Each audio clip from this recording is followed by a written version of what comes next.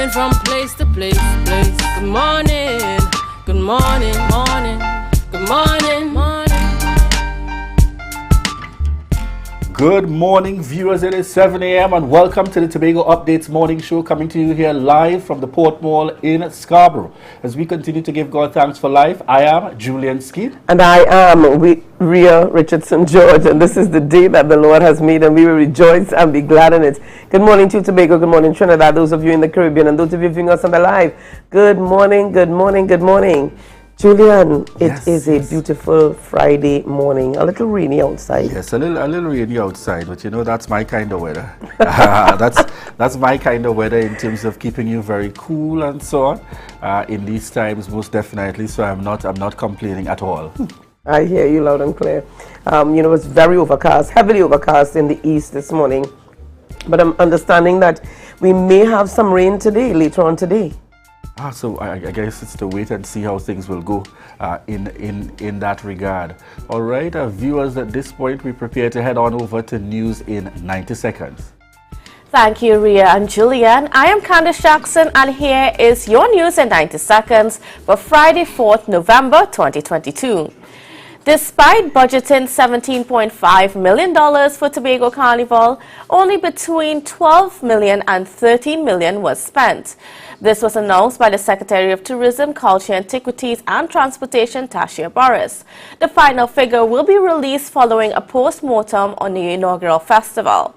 Meanwhile, Boris estimates that as many as 30,000 people may have visited Tobago over the carnival period and participated in many of the events in the lead-up to the carnival. Using an estimated spend of $3,000 per person, Boris indicated that Tobago might have gained as much as $9 million in revenue.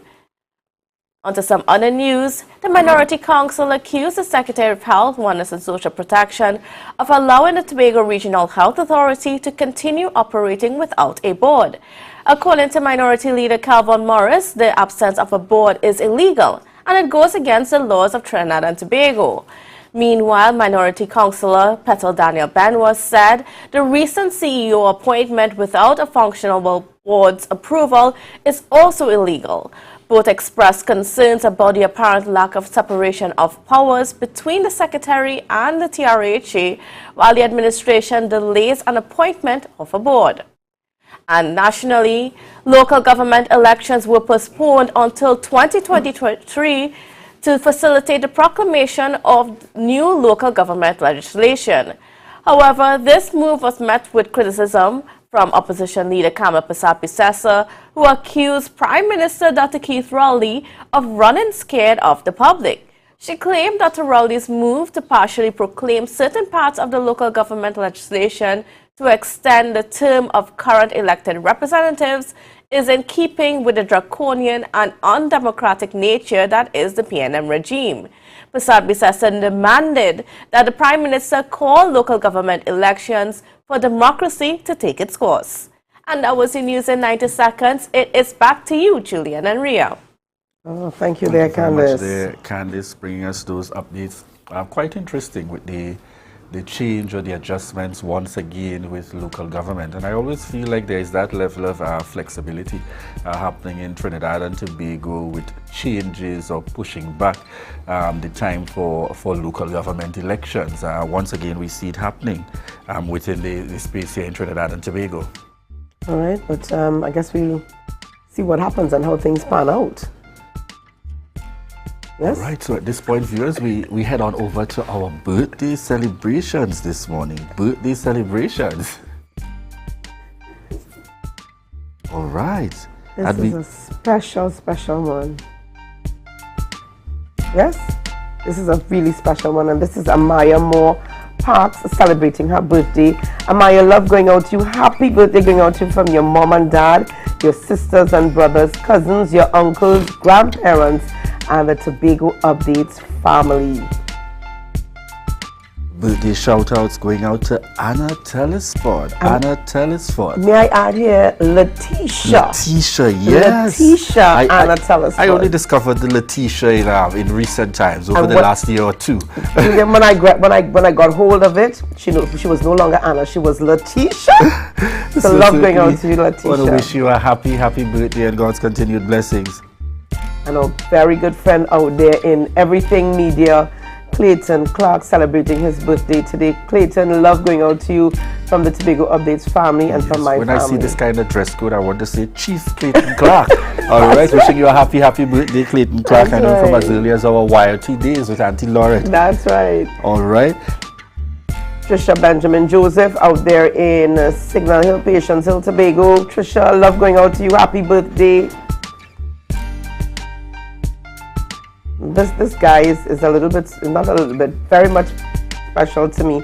This is Xavier Lyle McDougall, I have to say one of my babies, who's now a grown man, celebrating his birthday, along with his father. If we can flip to the next. Yes, this is his father, John, fondly known as Willie McDougall, celebrating his birthday today. So Xavier and his dad celebrating their birthdays today. So Willie and Xavi, love going out to you this morning. Happy birthday from the Tobago Updates family. Birthday shout-outs and indeed to my very good friend and also my colleague in youth development work, Latoya Roberts Thomas. Wishing you a happy birthday, Latoya. I trust that you have an enjoyable celebration today. Happy birthday to you, Latoya. So it's all the birthday shout-outs happening in the mix. Ria, yes. In some good news, we heard the announcements coming out. There would have been meetings over the last day or two with the members of the Tobago House of Assembly, the Executive Council and the team and so on, with Chief Secretary as well as administrators within divisions. Obviously looking at the, in terms of priorities specific to this period, given the budgetary allocation that would have been received from central government with the announcements coming out from the last budget. And one of the indications that I'm sure is looked upon very favorably is the indication that public officers, contracted officers and so on will be in receipt of gratuities. Yes. Gratuity payments, because for many there are concerns in relation to outstanding for years, some outstanding for years and so on, that they've been looking forward to their payment of gratuities, and that would have been one of the announcements being made by the Chief Secretary. So I'm almost certain that is warmly received. I'm sure a lot of persons are really happy for that. As well, one of the things, Julian, that is in the public domain as well, is that some senior citizens have been asking questions. Some of them have not received to date, and this is now the 4th of November, have not received their pensions, their grants. So calls are being made to divisions and ministries to find out what is happening. I made one call yesterday to learn that some of the banks have just simply not processed the monies at this time. So for those seniors who have not yet received, because as you know, they time this thing down to the T. So by the 1st of the month, they usually receive. So I'm just letting persons know that in this case, this time around, some of the banks have not yet process the payments. And I'd really like them to, ensure that that is done in a timely manner. The monies received by our seniors is already not sufficient. No. So the least you could do is try to make sure it's there on time. I oftentimes, I hail and I send my kudos out to my grandmother. She's been able to do so much, and with so little, and I suppose that was a talent and an ability that persons over the year, a gift indeed. So this morning I want to shout out my grandmother out there in Buku, continuing to do her very best, and years ago still doing the very best and so much on very little, and making it happen for the entire family circle. As you say, it's a gift indeed. Yes. A gift indeed that they rarely possess under these circumstances and in these times. Rita, who do we have on the rundown for this morning? Well, we still continue the discussion this morning, Julian, on Carnival and getting the updates on Carnival. So this morning we're going to be chatting with Winston Gypsy Peters, the chairman of the National Carnival Commission, and we'd like to get his thoughts really on Tobago's Carnival. Hit or miss, I love that, hit or miss. All right, as well, no Tobago Carnival in February, and that's the question. Do we still have Carnival in February, or is it now that we have Trinidad Carnival in February and Tobago Carnival in October? How is it going to work? So we're going to get some information from him this morning. All right. Yeah, and then we continue on this morning. That's right, we continue on this morning chatting with Ainsley King, president of Trinbago Unified Calypsonians Association, and we're going to talk about Tobago's Carnival again. Hit or miss. We'd like to get Ainsley King's views on that. And then Michael Frank is going to chat with us. Frankie Tours, owner and operator Frankie Tours, and he's going to talk with us on Tobago's Carnival and or tourism. And we'd love to know how he fared as well, with a lot of persons coming to the island, you know, the tourism sector. How did they fare? Yes, and what I also aspects of? Yes, certainly. Looking forward to those continued discussions on Carnival. And also, just as a reminder, let me send out congratulations and kudos to those in the credit union movement. The entire month of celebrations would have started within October of 2022, as you would recall, celebrating the opening and so on at the national level Cooperative Credit Union League of Trinidad and Tobago, led by President Joseph Remy and the administrative team they out there, Chief Operating Officer Diane Joseph and the entire team, Board of Directors, staff, all credit union boards and chapters. And we have the privilege of this weekend in Tobago, taking place this weekend in Tobago, the closing ceremony. And therefore we are looking forward to the closing happening here within the Tobago space for the 2022 Credit Union Month celebration. So congratulations to the entire credit union movement and the Tobago regional chapter and its units indeed for what is anticipated to be a successful closing ceremony taking place this weekend. All right, yeah. And just before we head on to the break, I see Jonelle McDougall is also shouting birthday greetings. She said, "Happy birthday, bro and daddy, Lyle McDougall and John McDougall." I think they got the message, Jonelle. But make sure you love them up a lot today, okay? You and Loma. All right. And I see we got a shout out coming there from Carol Fraser Davidson. "I'm loving the green interior." Wait, Julian, you're matching. and you think that we usually plan these things, right? In terms of the combination this morning. All right. So thank you so much out there. We want to thank each and every one of you, those connecting with us via TV, those connecting with us via radio, and those of you who are online with us. We want to thank you so much for the continued love and support, and thank you for choosing the Tobago Updates morning show. This is your opportunity to share the live, share the live, share the live.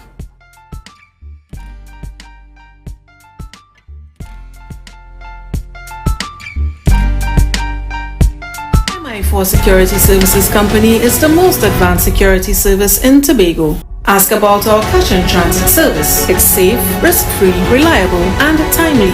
We provide safe banking delivery for all business types and sizes with highly trained staff, 24/7 monitoring, coordinated emergency response, and a well-maintained fleet of armored vehicles. Contact us at 660-7723 or visit our website at www.mi4securitytt.com to sign up today.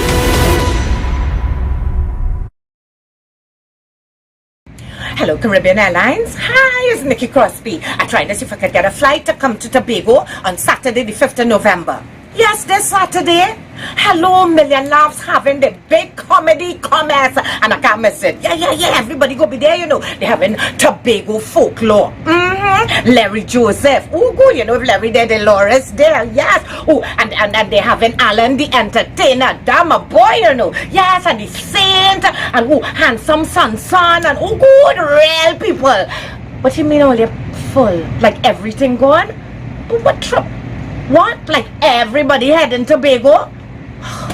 Look, I will call you back, alright? No, I have no complimentary tickets.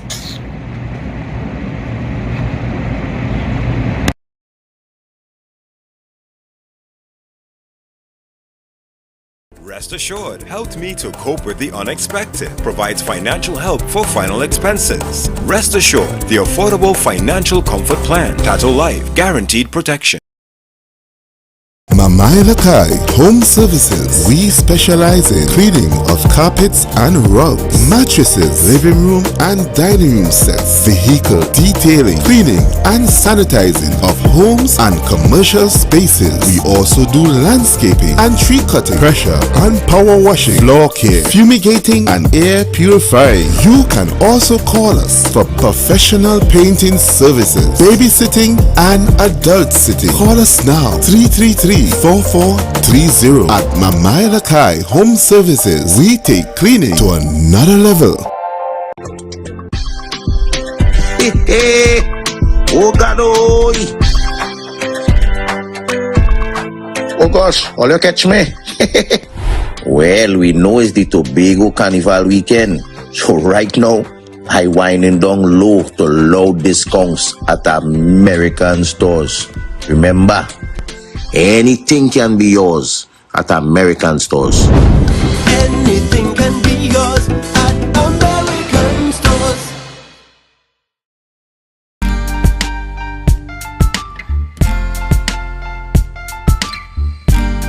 Put a smile on your face when you're moving from place to place. Good morning, good morning, morning, good morning, morning.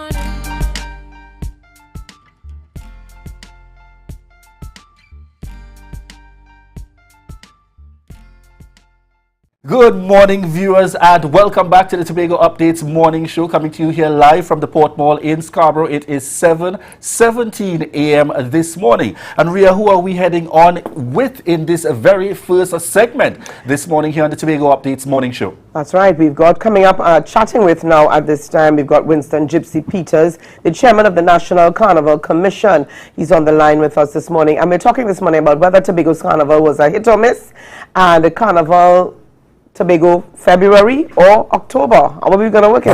Good morning. Are you there with us, good sir? Good morning, good morning. Good morning to you. We want our viewers to get a taste of what we got a little while ago. I wonder if you could give us a little something. I don't know. Well, somebody had to prompt me to do whatever, so I don't know what it is.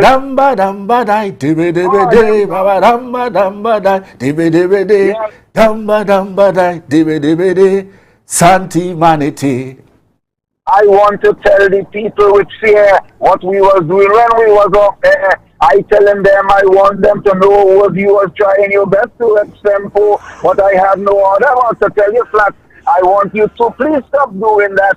Go ahead and talk urgently and just leave the tempo into me. Good morning to you, sir, and welcome to Winston Gypsy Peters. How are you doing with us this morning? I am doing pretty good. Thank you very much. Excellent. So this morning we want to start the conversation. I'm going to take your advice, sticking to the talk. We're going to start the conversation looking at the recently held Tobago Carnival for October of 2022. I want to get your initial views and feedback based on the the information, what you were able to see and so on. Because I know that you may not have been able to be here to experience the Tobago Carnival of 2022. Well, first of all, I must tell you, I was there. Ah, okay. That's the first thing. And secondly, I must tell you that I, maybe single-handedly, for the last 30 years or more, have been trying to have a standalone carnival in Tobago. Because, I mean, a lot of people may not want to say it because you know how politics go and how people are, but I've been fighting, literally fighting other establishments, other administration to try to have a carnival in Tobago. And now that it has come to fruition, I am extremely happy that it is there. I am happy for what I saw, and I was there. You know, a lot of people may not see me, they might not think I was there, but I was there and I was in the thick of things. And I want to tell you that what I saw, I appreciate it, and it was a great effort. I want to give the people who tried to put it on, who did it, I want to give them kudos because they made a great effort. Anything that you do for the first time would always have glitches, and it had its glitches, but it is something that with time would be overcome. And I cannot say anything bad about what I saw. It was a good effort. I think that the people appreciated it, and I hope that they continue to do it and continue to look for the experience, because a lot of the things that I would say, was missing is because of experience. people who did not have the experience to do what to do what it took to really make it what it was supposed to be. But that's okay. That's okay. That aside, it is a very, very good effort indeed. All right, I'm happy that you said that. What were some of the low points in your opinion? What were some of the low points or the areas that you felt could have used some more work or some experience? You needed to be organized better. Had you had the people who could have done that to make sure that the flow was better, that you could have had it, and it was missing a couple elements in there that I cannot go into right this minute to go into anything. I mean, you have to do a proper post-mortem on it. This is just from a cursory glance that I am talking about here, not from an in-depth post-mortem on the whole thing, which has to be done. And I'm sure that is going to be done by the powers that be. And there's not much more I could say about it. It was a good effort. I appreciated it. I like it. What were your thoughts in relation to the level of support received, both in terms of nationals, Trinidadians coming across, as well as persons from within the region, and in fact, as far as the UK, and abroad, really coming in support? Did this catch you by surprise, or is Carnival a thing that naturally brings us together as a people? At all. Like I tell you, it's for 30 years that I've been looking at this and trying to have a standalone carnival. It's for those same reasons. You see, we in Trinidad and Tobago, I think that we have lost or cannot, a lot of us don't understand what carnival is all about. Carnival is no longer a wine and jam and get down thing for us. To us, it might be that because we are the artisans, we are the people performing. But carnival is an economic stimulus, and it is something that brings it to a gross foreign exchange earner. I just call our money that we put out for carnival lagly money. You know what lagly is? Yes. Anyone of you know what lagly is? Not sure. Well, let me tell you what lagly is. Lagly is that thing that you make we make it from all kinds of stuff. When I was a child, we make it from breadfruit tree. We chop the breadfruit tree and get the milk and stuff, and you make lagly with that. And that was to catch birds. When you go in catching your birds, you put out your lagly on your cage, and you have your bird inside there. And then the other birds come, and they try to get in your cage, and they stick on the lagly. So you take your bird, put it in the cage, put out your lagly again. That is what I call the money that we put out for Trinidad and Tobago's carnival. We put out our money. Our money cannot be spent any other place in the world but Trinidad and Tobago. Mm-hmm. And when we put out our carnival and we put out our money, we get people from all over the world coming to our carnival, and they bring their money, which is higher than ours. And when they're leaving, they leave our money with us, and they also leave theirs. So we have an economic stimulus there that we can do what we want now. Because of carnival in Trinidad and Tobago, we can build hospitals and put beds in the hospitals and fix our schools with the money that these people are leaving behind. That is what carnival in Trinidad and Tobago means to us now. So the better we could put it on, the better we could do with our carnival, is the better for us. And the more carnivals we could have in our country, it is better for us, because it is a product that brings money into our country, not takes it out. Would you say that this is a strategic opportunity for us in terms of Trinidad and Tobago being the Mecca of Carnival, from the perspective of we start the Carnival season in February in Trinidad and Tobago, and we end it in October for the calendar year, in the entire year and season of Carnival here in Tobago? Do you think we have an opportunity for a good posturing there in terms of a tourism product? I don't know why you are so brilliant, because that was exactly the thinking behind it. That is exactly the alpha and omega. As a matter of fact, that's what we call it. The beginning and the end, that's where it starts and that's where it ends. Because basically it used to finish in Miami. And by the way, I'm one of the founding members of Miami Carnival as well. So I know about putting carnivals together. And I am saying to you that that was exactly the thought waves behind the whole thing. That it would start in Trinidad and Tobago and finish in Trinidad and Tobago. A lot of people say we shouldn't have it in October because of rain. We have no control over the rain. We have no control whatsoever over the weather. As a matter of fact, I have seen rain in our carnival in Trinidad. when in February. I've seen Carnival fall. We try to put it in May. I've seen rain wash out Carnival in May. I've seen it all. So I'm saying to you that it is about the best time to have the Carnival. All we need to do is have the proper collaboration and the proper cohesiveness among ourselves, Trinidad and Tobago, to ensure that we have a proper Tobago Carnival, a proper tourism product that would bring people from all over the world in droves. Tobago is the tourism part of Trinidad, as far as I am concerned. Tobago is the tourism part of Trinidad and Tobago. Trinidad is the industrial part of this whole place. So once we have Tobago's Carnival, we are going to have people coming into Tobago because Tobago, people gravitate to Tobago for tourism naturally. So it will just enhance it more.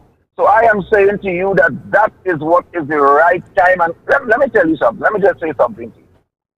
If Carnival was not a productive thing, a productive aspect of bringing in money to a country, America is Fort Knox, you know.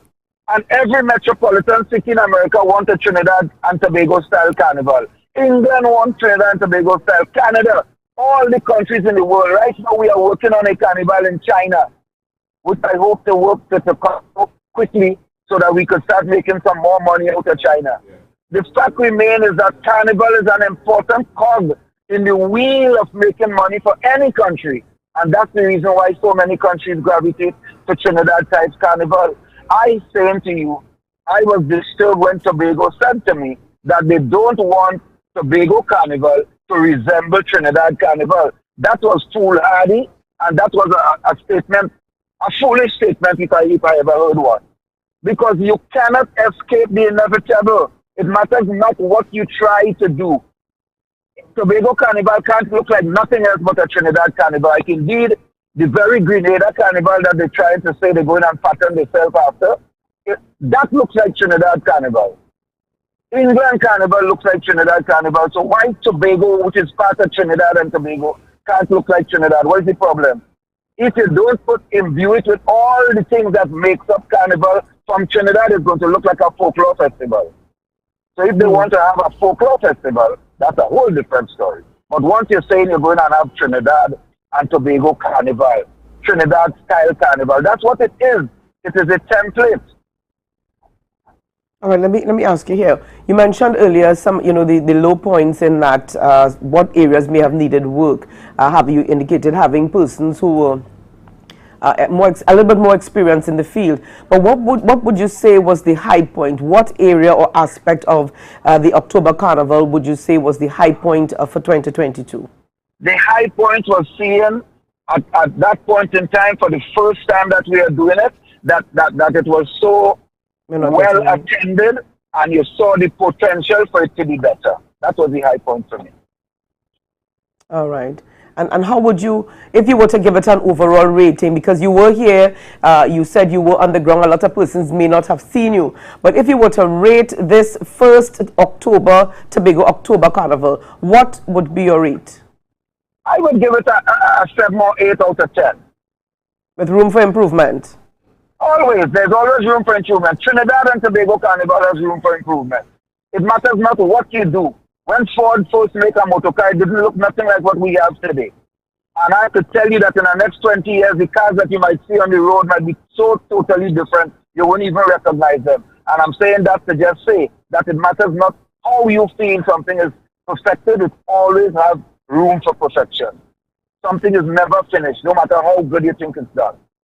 Indeed, and I think 8 out of 10 for a first-time execution in October is certainly an excellent grading, and as you indicated, there's always room for continuous development. I give them an excellent grade for even making sure that it happens. Definitely, and because going out there to all I may have my own biases in terms of glad that Tobago Carnival is happening, because like I tell you, I basically single-handedly, from since in the days of a man named Richard Afong, trying to get a carnival, a standalone carnival in Tobago, because I saw the financial benefits of doing it. When you have carnival in Trinidad in February, and it is celebrated in Tobago. People from Tobago gravitate towards Trinidad in any way, just like everybody from every other place. And when you have Carnival in October in Tobago, the reverse happens. So that's exactly, we have inter-island tourism, which generates millions of dollars. I'm sure that even for this first time that we have Carnival, and in Tobago with all its flaws, if you check I know that they said it was $17.5 million. They said they didn't spend that much. They spent 13. If you check the 13 million TT dollars that we spent, we probably made that in the first 2 days that they were even preparing for the Carnival in Tobago. Very certainly. And I see our viewers here confirming for us, Winston Gypsy Peters, that you were on the ground indeed and super blue in front of the Scarborough port. You see how our viewers help us immediately to pick you up? Listen to me. I wind down the place, you know. I know when you say you were on the ground, it could have been that you were winding down low. But I went there to have a good time. I went to see what they were doing. I went to take a critical look at everything. But I went there to have a good time. And one more thing I want to say. I hear a lot of people criticizing that stage thing that they put there on the side on the sea. But I want to tell you that if we could even widen that and make it bigger out on the sea out there and use that stage as a big stage to stage big things down on the Esplanade there, that would be great for tourism as well. That in itself is a tourist attraction. That is, you remember in Trinidad we have something called the Temple in the Sea, how people like to see that? Yes. Well, people would like to say they party on the stage in the sea. What's wrong with that? I see things differently to a lot of people. Very interesting perspective. So you're also seeing the tourism attraction element coming out of that? Of course I am seeing that. That is what it is. Tobago is a tourism place. Tobago is the tourism part of Trinidad and Tobago. So the more tourism attraction we could get there, the better. The more tourist attraction we could get, is it better for us. I love that stage that they put there. I want to tell them to make it bigger and make it better. Albeit that they might have to get the requisite permission or whatever they have to get. Hurry up and get it. So by next Carnival, we'll have a bigger stage in the sea where we could accommodate big bands passing. And people going there and taking out pictures. And people glad to come to Tobago to go on the stage in the sea. That's the name of it. The stage in the sea. What is the problem? All right. We want to get your quick views as well, Gypsy, in relation to the connection specifically now to how do you see the February, which is our national carnival, working particularly in the Tobago space. Some say that we should do away with it altogether in the Tobago space and focus on Trinidad.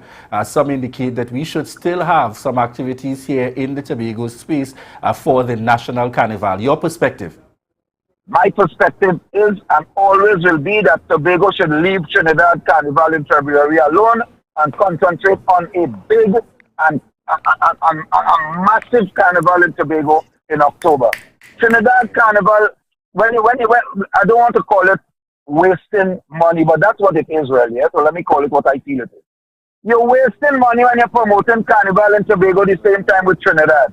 Every other island in the Caribbean has moved their carnival away from Trinidad. They used to celebrate the same time, Antigua at the same time, St. Lucia at the same time. They all had to move away because they find it was not economically viable for them to be doing it at the same time. And Tobago is no different. When you have Carnival in Tobago, along with Trinidad, people from Tobago come to Trinidad. So what sense it makes? Leave it alone and have a Tobago Carnival where everybody can concentrate their energies on Tobago Carnival in October and concentrate their energies, as indeed we will, in February or January in Trinidad. Because Trinidad Carnival is predicated on Lent and all of that. The antecedents of Trinidad Carnival is a bit complicated with some religious things as well. So, that is a stoic kind of, it's not stoic kind of thing, it's a kind of, what's the word I want to use? It's fluid, either February or March. When Tobago has an opportunity, this is October, that is when our carnival is going to be. Concentrate on it. And let's make it as big as we can make it. Both Trinidad working with Tobago and Tobago working with Trinidad. at our carnivals. Because at the end of the day, what this redounds to is the exchequer. And that is what I am concerned about. We spend money to make money. When you invest money, you must make back the money. And that is what Trinidad and Tobago Carnival does. And the thing about it is that we want to make sure that we capitalize on the carnivals around the world that we have spawned and go in those carnivals and advertise our carnival, both Tobago Carnival and Trinidad Carnival, so we can maximize the input. That is what I want to see. All right, and I'm really happy that you mentioned that. A viewer on the line on live this morning is saying, so maybe he can talk with his P&M colleagues to give Tobago more money, as well as the CAL to improve the flights. Debatable, or the flights, sorry, the flight debacle. So your thoughts on the issue of the limited flights to Tobago around this time? What are your thoughts, and what contribution how do you think things can work? Listen, CAL is a business, right? CAL is a business entity. CAL would look for anything that can have its profit margin up.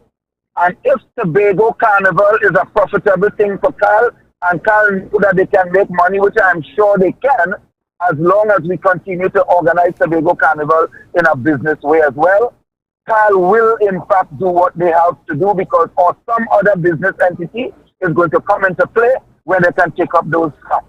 But I am sure that as long as any business looks profitable, you would find entrepreneurs in one way or the other coming there to do whatever they have to do for them to profit on it as well.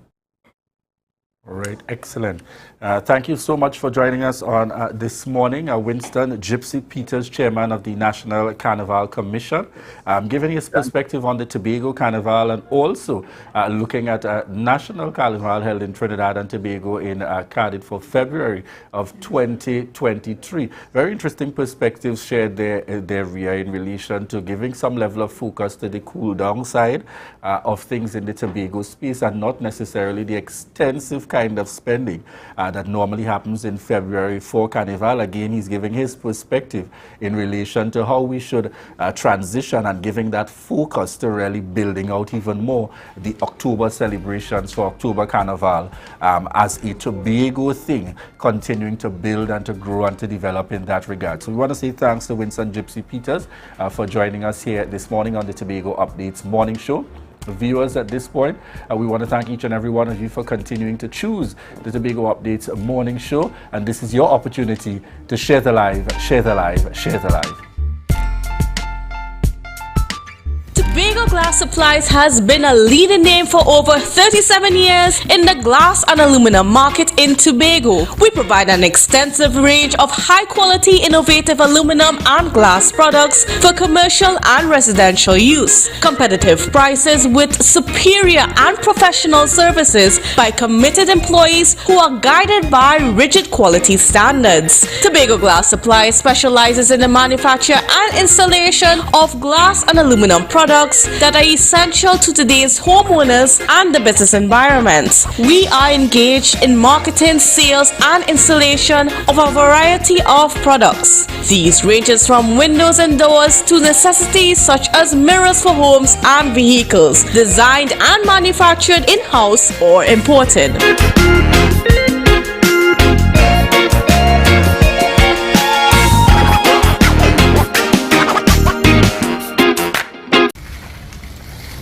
I am Ram and I'm Co. Together we are Ram and Co. Big up Million Laughs, because on Saturday, November 5th, it is Caribbean Comedy Commerce. It can be hot. The best Trinidadian and Caribbean comedians will be there. For sure. Big up Alan the Entertainer. Big up Larry Joseph and everybody else who's on the cards. That's right. We endorse this show. Big up Alan. Big up Million Laughs. It's going to be an epic show. We endorse this. Be there.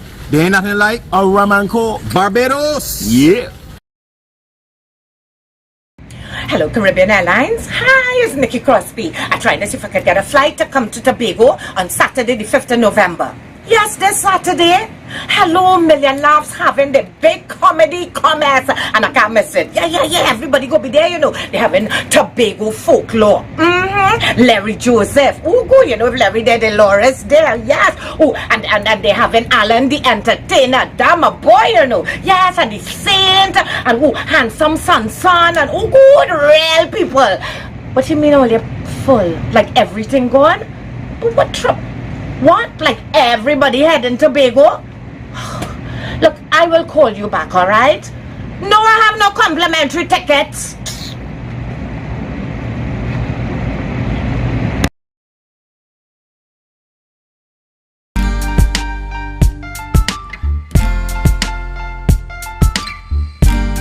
Put a smile on your face when you're moving from place to place. Good morning, good morning, morning, good morning, morning. Good morning, viewers, and welcome back to the Tobago Updates morning show. It is 7:42 a.m. this morning, and we welcome you here, coming to you live from the Port Mall in Scarborough. Just before we head on into this segment, we want to inform you that the Caribbean Comedy Commerce, as you are aware, we would have had them on yesterday, and we've got giveaways. Where I am seeing tickets for so. So get ready for the call-in segment coming up this morning. We got group tickets, we got individual tickets, giveaways happening here on the Tobago Updates morning show. So I want you to get ready for the calling segment coming up this morning to answer a few questions, and you can win yourself a ticket to attend the Caribbean Comedy Commerce taking place tomorrow. And I have a feeling, viewers, I have a sneaky suspicion that you're going to see Julian there as well. Before we continue on with our interviews this morning, the Institute of Academic Support is hosting a parent support group, Prepare to Parent. All right, the parent support group that is attached to the Institute of Academic Support. Let me get that right. That's it right there. All right, so they're hosting a Prepare to Parent workshop. It's Sunday the 6th November 2022 from 7 p.m. to 8 p.m. just 1 hour on Google Meet. The link is on the screen. Come and hear professionals share on how to cope effectively. This is for every parent, particularly in this day and age. So it's going to give you some information on how to deal with the spiritual aspect, the law, and psychosocial. I don't know if you're like me out there. Sometimes you just want to pull your hair out because sometimes you do not know how to treat with them. And we're not just talking about teenagers here. We're talking young adults, we're talking primary schoolers, even, Julian's daughter's age. We're talking preschool into primary. So, yes. This is for every parent. And kudos out there to the Institute of Academic Support. Patient Petula, morning, and shout outs to you. All right, excellent initiative. I always see there's no guidebook for parents. That's right. We learn on the go, so therefore any kind of support is always critical in terms of that continued growth and development. Let me just give them the numbers very quickly here. 729-7567 or 394-3236. So call the numbers for further information. All right. And we should have online with us as we prepare to head on into this interview, Ainsley King, president of TUCO, Trinbago Unified Calypsonians Association, or as I would like to say in this time, Ainsley Tobago go sing for Carnival King. Morning to you, sir. Morning, guys. All right. We want to get your initial perspectives. The Tobago Carnival 2022. What are your views now that it has concluded? You have seen the happenings. You have had the opportunity to experience it. Tell us your views on Tobago Carnival 2022, our first edition. Right. Well, the most valuable thing here is that TUCO is not TUCO. Sorry, the TUCO in my head. The Tobago Carnival is now on the calendar of events throughout the world. And that to me is a very important step, So now we have earned a space, and that is very good.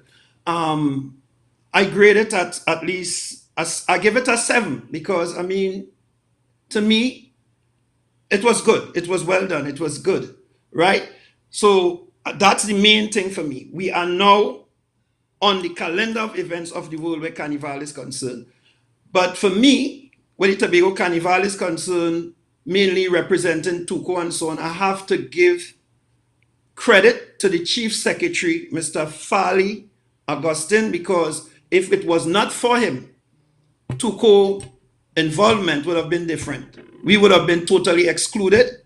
And I'm very grateful for the wisdom of the Chief Secretary, because hadn't been for that, it would have been some chaos.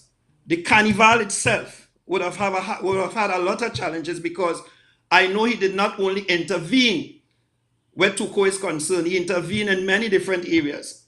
And his wisdom, to me, is responsible for the outcome of the carnival, right? Tuco is covered by an act, the THA is covered by an act, and he understood that, and I'm very grateful for his wisdom. All right, Ainsley, let me ask you here. What were some of the highs and lows for this year's carnival? Like we said, this was the first of its kind for Tobago. What areas did you see coming forth within the carnival that you felt they didn't need to, and what areas do you think they could have had more of? All right. Well, first of all, I mean, anything that is the first, you will have challenges, right? When I looked at how the carnival played out, one of the things that immediately comes to mind is that I think that where the creatives from Tobago is concerned, I think that effort was not placed on giving the Tobago creatives or artists the opportunity to be seen sufficiently.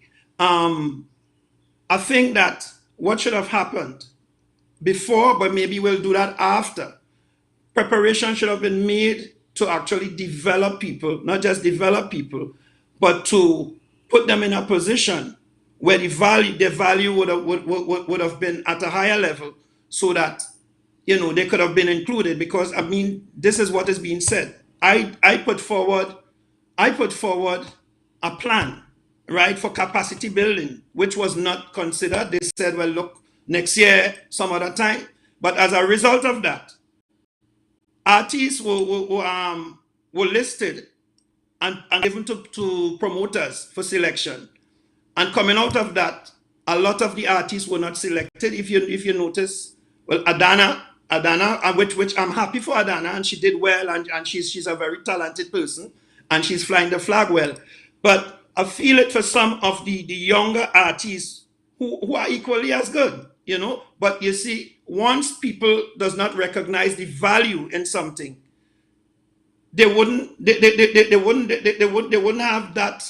They wouldn't have interest in it. So, I mean, in the future, we need to make sure that we allow the value of our people to be recognized by, if it's not recording them, training them, making sure that the value is up, and also the value is recognized. Because if we had made effort to give the artists in Tobago the airplay, the exposure, and so on, what you would have found in the selection process, a lot of the other artists would have gotten an opportunity to participate and be a part.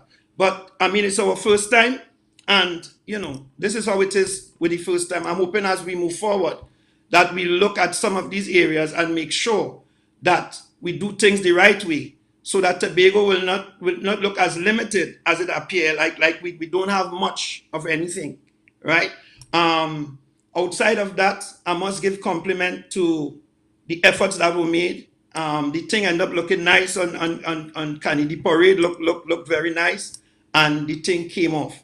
We had some situations where rain created a real problem for a lot of the events, because we saw events got washed out. People came out to party and could not even come out of the car because of the rain, sound system getting damaged and all that kind of thing.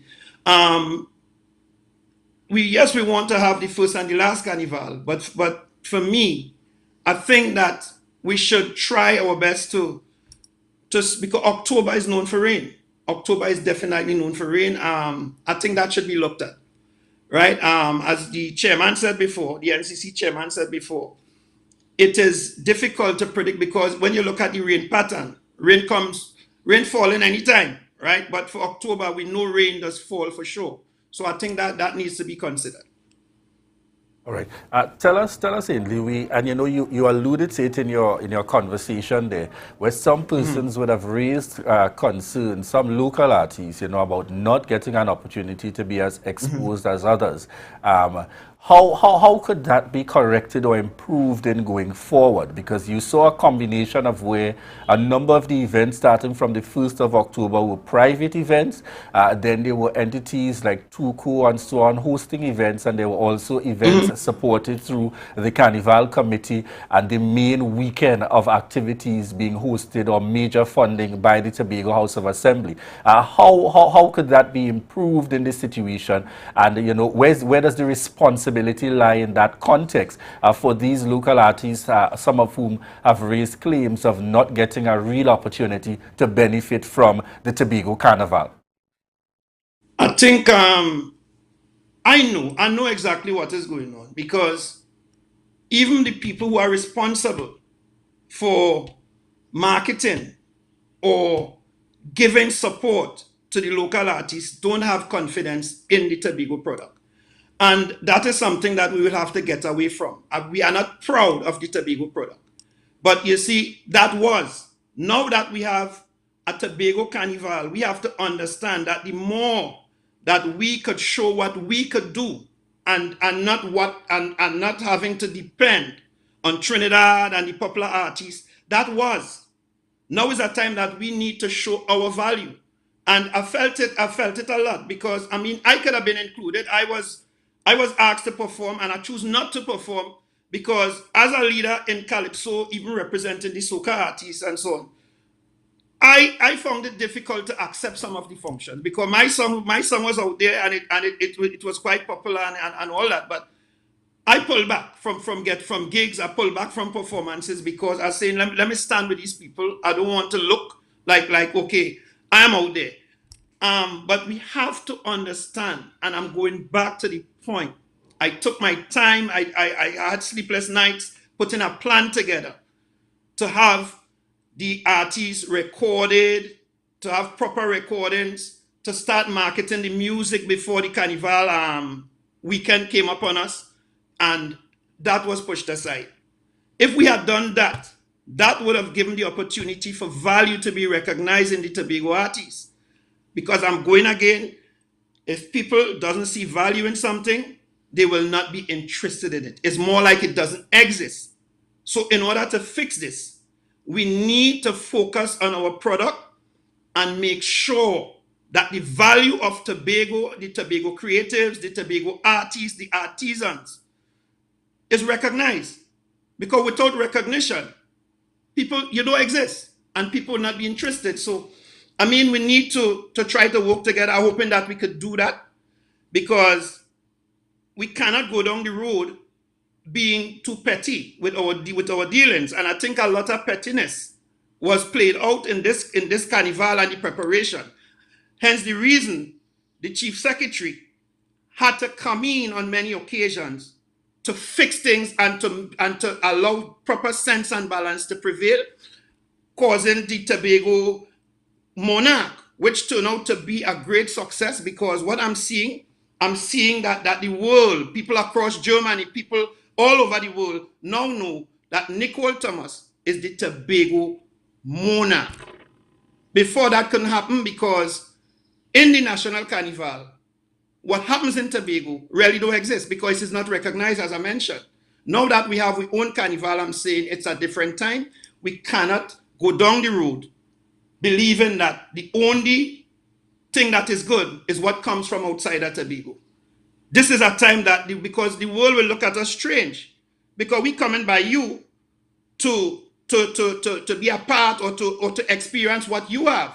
And if it have to be Trinidad recording artists, but the thing is, I'm in Trinidad now getting ready to promote the Trinidad Carnival. So I don't want people to misinterpret me. I'm just saying that we have to do things with proper sense and balance, right? Because we are one, yes, but the Tobago artists, if you're coming into my space, I supposed to be a host, I supposed to entertain you. Yes, you could be a part of the entertainment too, but I supposed to be recognized. I should not be non-existent. I should exist in my space, you know? And this is something we have to look at. It's a very simple thing, because I realize a lot of ignorance played out too. A lot of inexperience played out too. But in going forward, we have to be mature, because once we take up certain responsibility, we have to understand that maturity and professionalism is something we have to hold on to, because I personally have people on my executive who don't like me.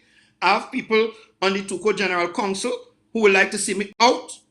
But because I know the position I hold is a professional position, I have to include everybody, and I have to make sure that I treat with these people in a professional way, because they are members of my board, and forget how much they hate me. Because if you don't have that level, you need to leave leadership or governance alone, or don't take up that responsibility or mandate to see about your people, because your children does be all kind of how some of them take up crime, they take up all kind of thing, but you have a responsibility to make sure you manage and deal with them and try your best with them. You cannot go about just hating and so on. And you have to respect the laws of Trinidad and Tobago. I think disrespect is one of the things that we have to keep our eyes on in going forward. I think the carnival was long waited for, and it's here now, and I'm just simply saying, let us be professional. Yeah. Let us be respectful to each other. Let us value ourselves as Tobagonians, because if we don't do that and we continue having a Trinidad Carnival in Tobago, like basically this is what happened. Right. But I understand it's the first time. Yeah. But in the future, we should have more of Tobago coming out. All right, I want to hear what you're saying loud and clear. Let me ask the question here concerning whether or not there should be a separate or there should be, Tobago should still maintain the national carnival in February. Should we still go head-to-head, toe-to-toe with Trinidad in February? Or there's a suggestion to have Tobago as the hub of cool down after Trinidad has their carnival in February. Tobago becomes the hub of cool down activities, and then Tobago keep or maintain what was started this year with the October Carnival. Your thoughts? It's a bit trickier because to switch from that now, you will find that a lot will be hanging. And why I'm saying this, we were able to stage the Tobago Monarch, which we intend to leave in the October Carnival, because it gives more exposure, it is better, it takes us out of the dark. So we are going to stay there. But then we still had the Windward Monarch that we are accustomed doing. I will say the juniors, because the juniors, a lot of them didn't get to participate in the event that day. So we need to make sure that our juniors get time to prepare and time to do their thing and to be able to come out there and give it their best shot. Right. So I am thinking that a lot will be left hanging, and at least for this carnival here, we could do it as a national carnival, because we will be able to stage the Windward Monarch, we'll be able to stage, Tobago West Monarch, because Calypsonians have been asking for that for a long time, but the opportunity is now here, since as the Calypso Monarch have been shifted. So we could do things like that, and we could take the opportunity to develop the tent product, the different tents in Tobago, and we'll still have the judges come, because if we have in the national carnival, to allow the Tobago Calypsonians to be a part, there's this process where the judges come. They come to Tobago to judge. And that to me will be one of the major highlights. We will have to make it bigger, because that is the entrance into the national, the Trinidad or national competition. Now, if we separate them totally, you see the amount of adjustment and changes that will have to be made. Right? We also looking at this. I'm gonna just drop it on Tobago updates this morning, because there will be a document going forward to the General Council, making a request to have the national monarch, the Tobago Monarch, going straight into the Monarch finals in Trinidad. Should that succeed, I think that will add value to the Tobago Monarch in October. It will make it more prestigious, and it will tag more value to it. So that is something that we are working towards at this point, But bottom line, if we have to meet to the point where we focus on Trinidad Carnival in February and we focus in October, I don't have a problem with it. But I don't think we should just jump into it, because too much will be hanging. Wow. Because we don't start planning too much will be happening. Certainly. All right, well, we're just out of time this morning, but we want to thank you very much, Ainsley King, for joining us here on set, President of the Tobago Unified Calypsonian Association, certainly giving his perspective on the Tobago Carnival, October 2022, and also going further to even look at the February activities and celebrations. Ria, I see that some persons are apparently waiting patiently. Do we have any calls on the line as yet? Just some quick calls before we go into our next segment. What's the number to call again, Ria? The number to call is 285-6597, 285-6597, and that's the number to call to answer the question correctly. That's 284. 6597. Then we got to change that ticker tape that's running on the bottom of the screen there. All right, we need to make some changes on that. Yeah, 284-6597. All right, so that's 284-6597. This is your opportunity to, make some quick calls. We have several tickets to give away. Want to give out some immediately, and then we're going to have some again just before we wrap this morning. In terms of callers, easy, straightforward questions for the Caribbean Comedy Commerce. I'm certain that you looked on yesterday at the interview, so we just want to remind you, 284-6597. All right. We'd like to know, maybe you can ask questions, maybe name some of the acts that will be performing. Who was really on yesterday morning, you know? In fact, it's going to start very simple. Where's the event taking place and what time? Boom, and you can win a ticket. Where's the event taking place and what time? And give us the date as well. Day, time, and venue that the event is taking place. First caller in, you've already won yourself a ticket. All right, that's 284-6597, 284-6597. And if you can, because some of the tickets, and I have to say here, okay, we've got tickets that admit one, and then we've got tickets that there's a family admission of 4. Correct. For valued at $550. All right, so we're just letting you know immediately. So this is your opportunity to call in 284-6597. And at this point, viewers and listeners, we're waiting your calls, but we're going to head on out briefly. This is your opportunity to share the live.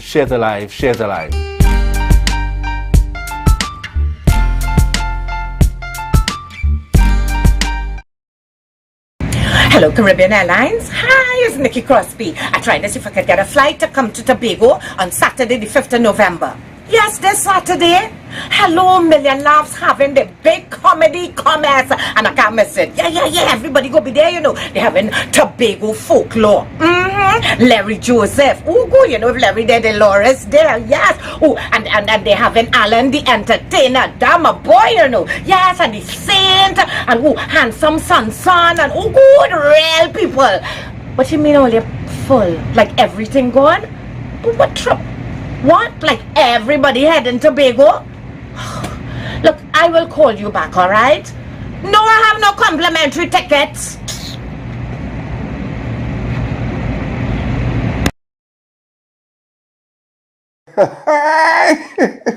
Tobago! This is Larry Joseph. Saturday, 5th November, the only place to be is Million Laughs Caribbean Comedy Commerce. Shore Park, Tobago. The only comedy for the entire family. Tobago, Commerce and Larry, a we kind of commerce.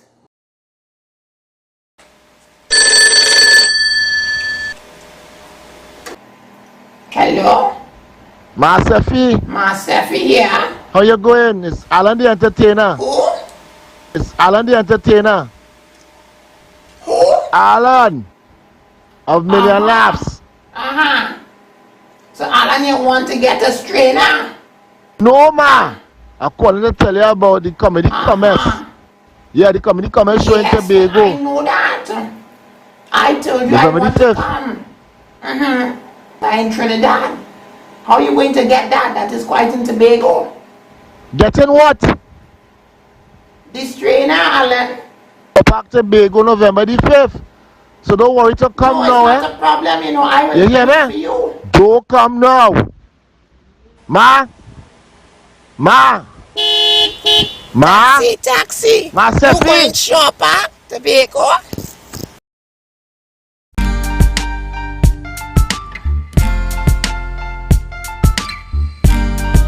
Put a smile on your face when you're moving from place to place. Good morning, good morning, morning, good morning, morning.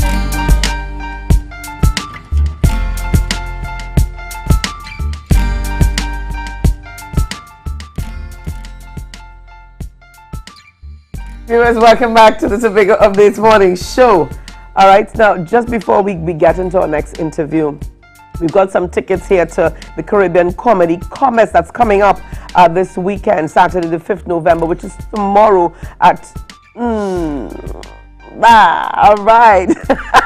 All right, so give us give us a call this morning. We've got a ticket to give away. This ticket is valued. The admission fee is $200, and you can admit one on this ticket. So you can win a ticket to the Caribbean Comedy Commerce.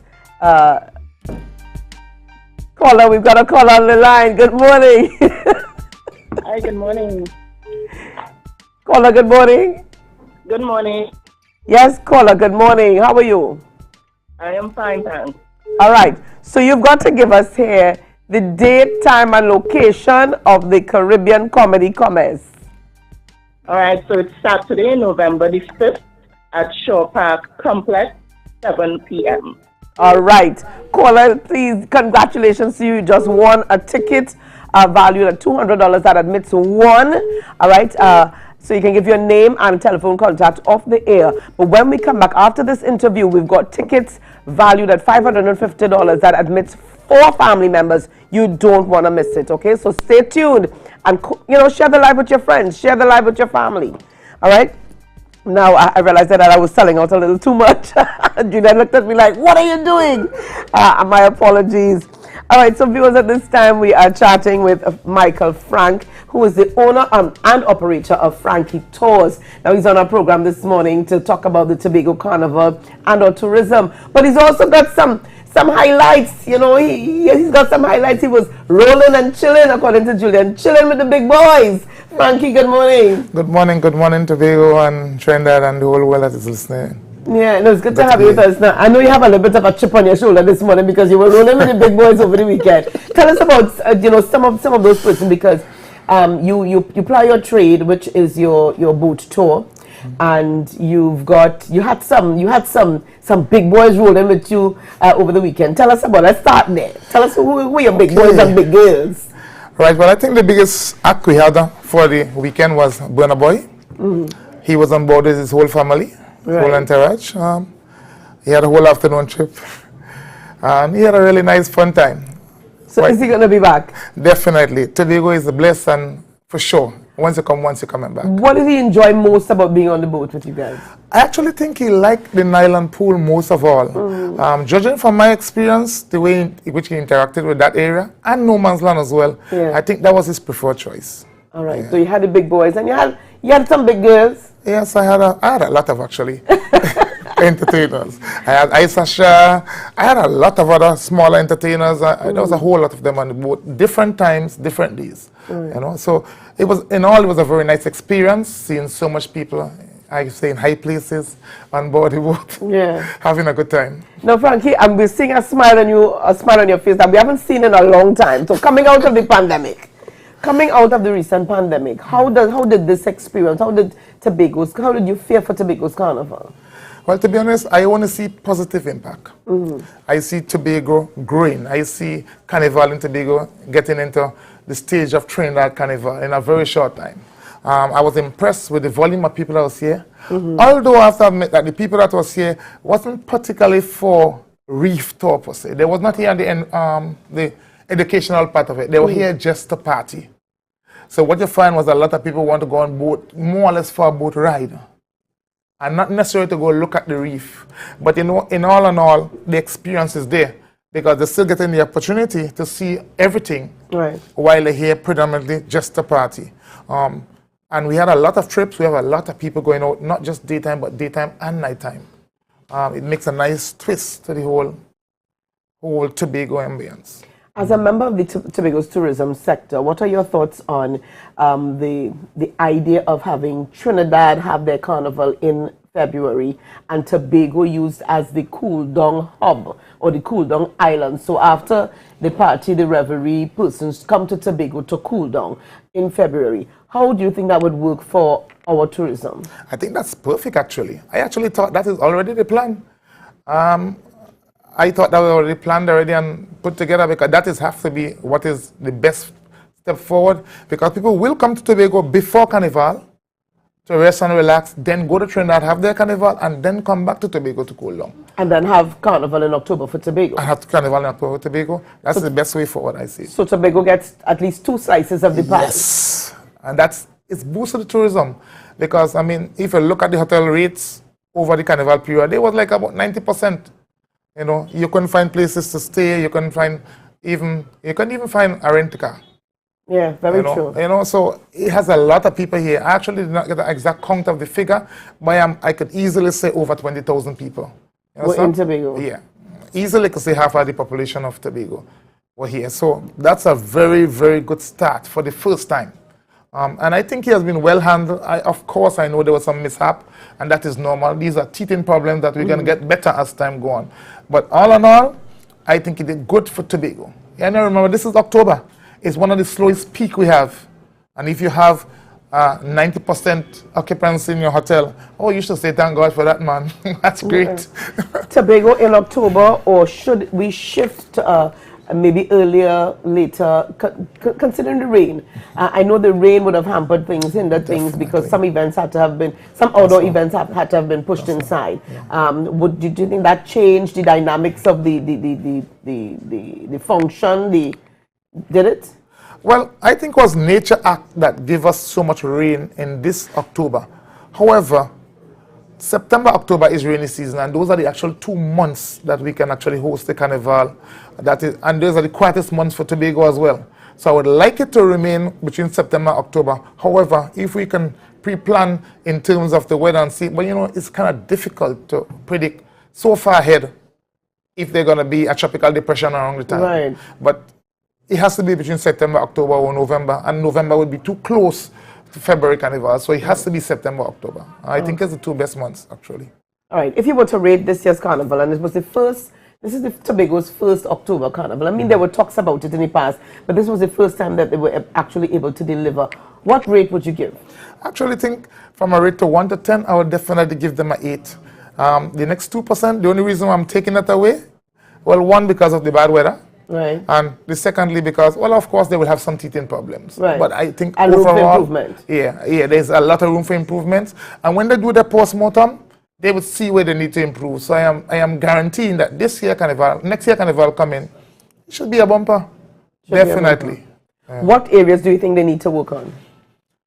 Well, two of the main things that I noticed that they have to work on would be, 1, the route. You have to pre-organize route, and you have to stick to the route.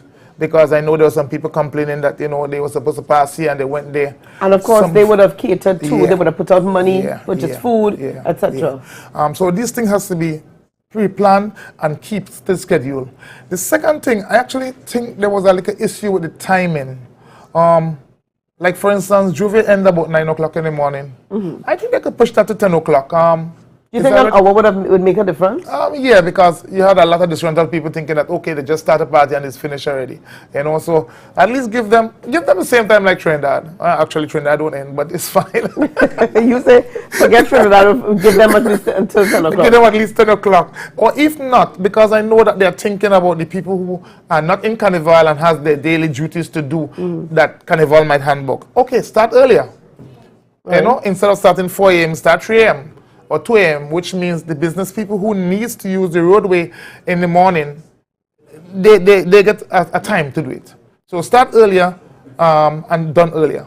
That might be one way they could improve that. That's for Juve. And it's the same thing with Scarborough. I mean, instead of using the highway, I think normally we use Scarborough itself. Do that still. put it back to how it originally used to be long ago when we used to have thousands of people parading the streets of Scarborough. Right. And so freeing up the space on the highway so people can move in and out whenever they want to. That would be some improvements. There's a lot of other smaller ones, but those are some of the main ones I noticed. All right, some persons were indicating that they should encourage the taxi stands have a sort of like a hub on the outside. That would be a hub on the perfect. highway to allow persons to come travel. and go. Yeah. And I would definitely decide with that because there must be a corridor for people to transit. People who's going to the airport and all these things, That's they right. must have a transit. So instead of blocking the whole of, for instance, Crown Point, you need to have an alternative. So when they're planning this time, they have to plan it in a way that there's a specific route and they stick to that route, and clearing the way so that people from hotel, like for instance, I see Cocoa Reef, they were blocked out for like about, 3 hours or 4 hours, and people have to get to the airport from Cocoa Reef to the airport. So it was pretty difficult. Yeah, they have to walk across the street because it's blocked. But those are minor things that can be easily solved. You understand? So we just have to think and plan a little better as we go forward. Because it was the first time, and I have to give them a round of applause for it. I think they did well. But I think, 8 out of 10 is it's pretty high. Yeah, pretty high. Yeah. You know, because we chatted this morning with former Mr. Winston Gypsy Peters. We chatted with Ainsley King, and they both gave around a 7-8, and here you are this morning giving an 8 as well. All right, so I want to thank you so much for chatting with us this morning. So with that 8, I think the THA could probably consider, the Festivals Commission could probably consider having you on, chatting with you for next year's carnival. Because you've got some salient points, some very, very good initiatives that can be added to better things. Yeah.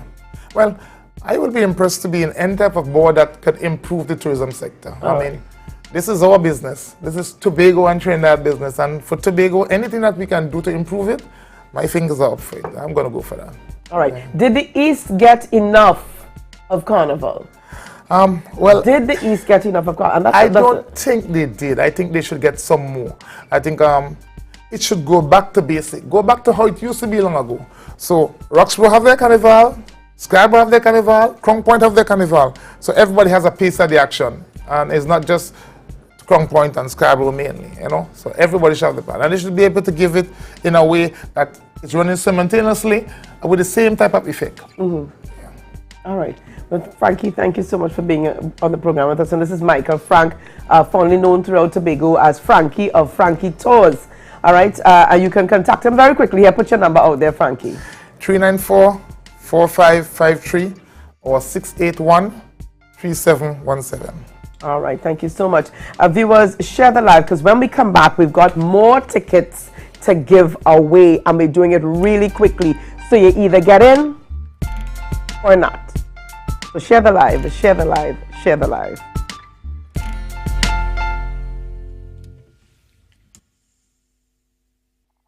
You have to remember, Jerome. What? It's just the other day I had a bypass surgery. That I mean you have to bypass me. You don't know the position I in. Position? When that was? You know how long me see you in a position?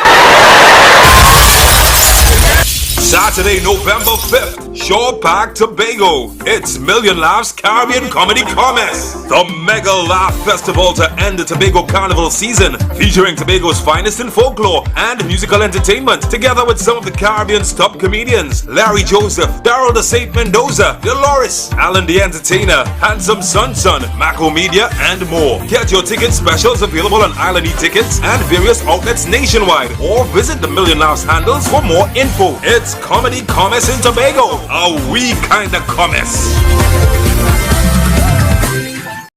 Rest Assured helped me to cope with the unexpected, provides financial help for final expenses. Rest Assured, the affordable financial comfort plan. Tattoo Life, guaranteed protection. Lifespan is the affordable critical illness plan you need. Cover expenses up to $1 million. Tattoo Life, guaranteed protection.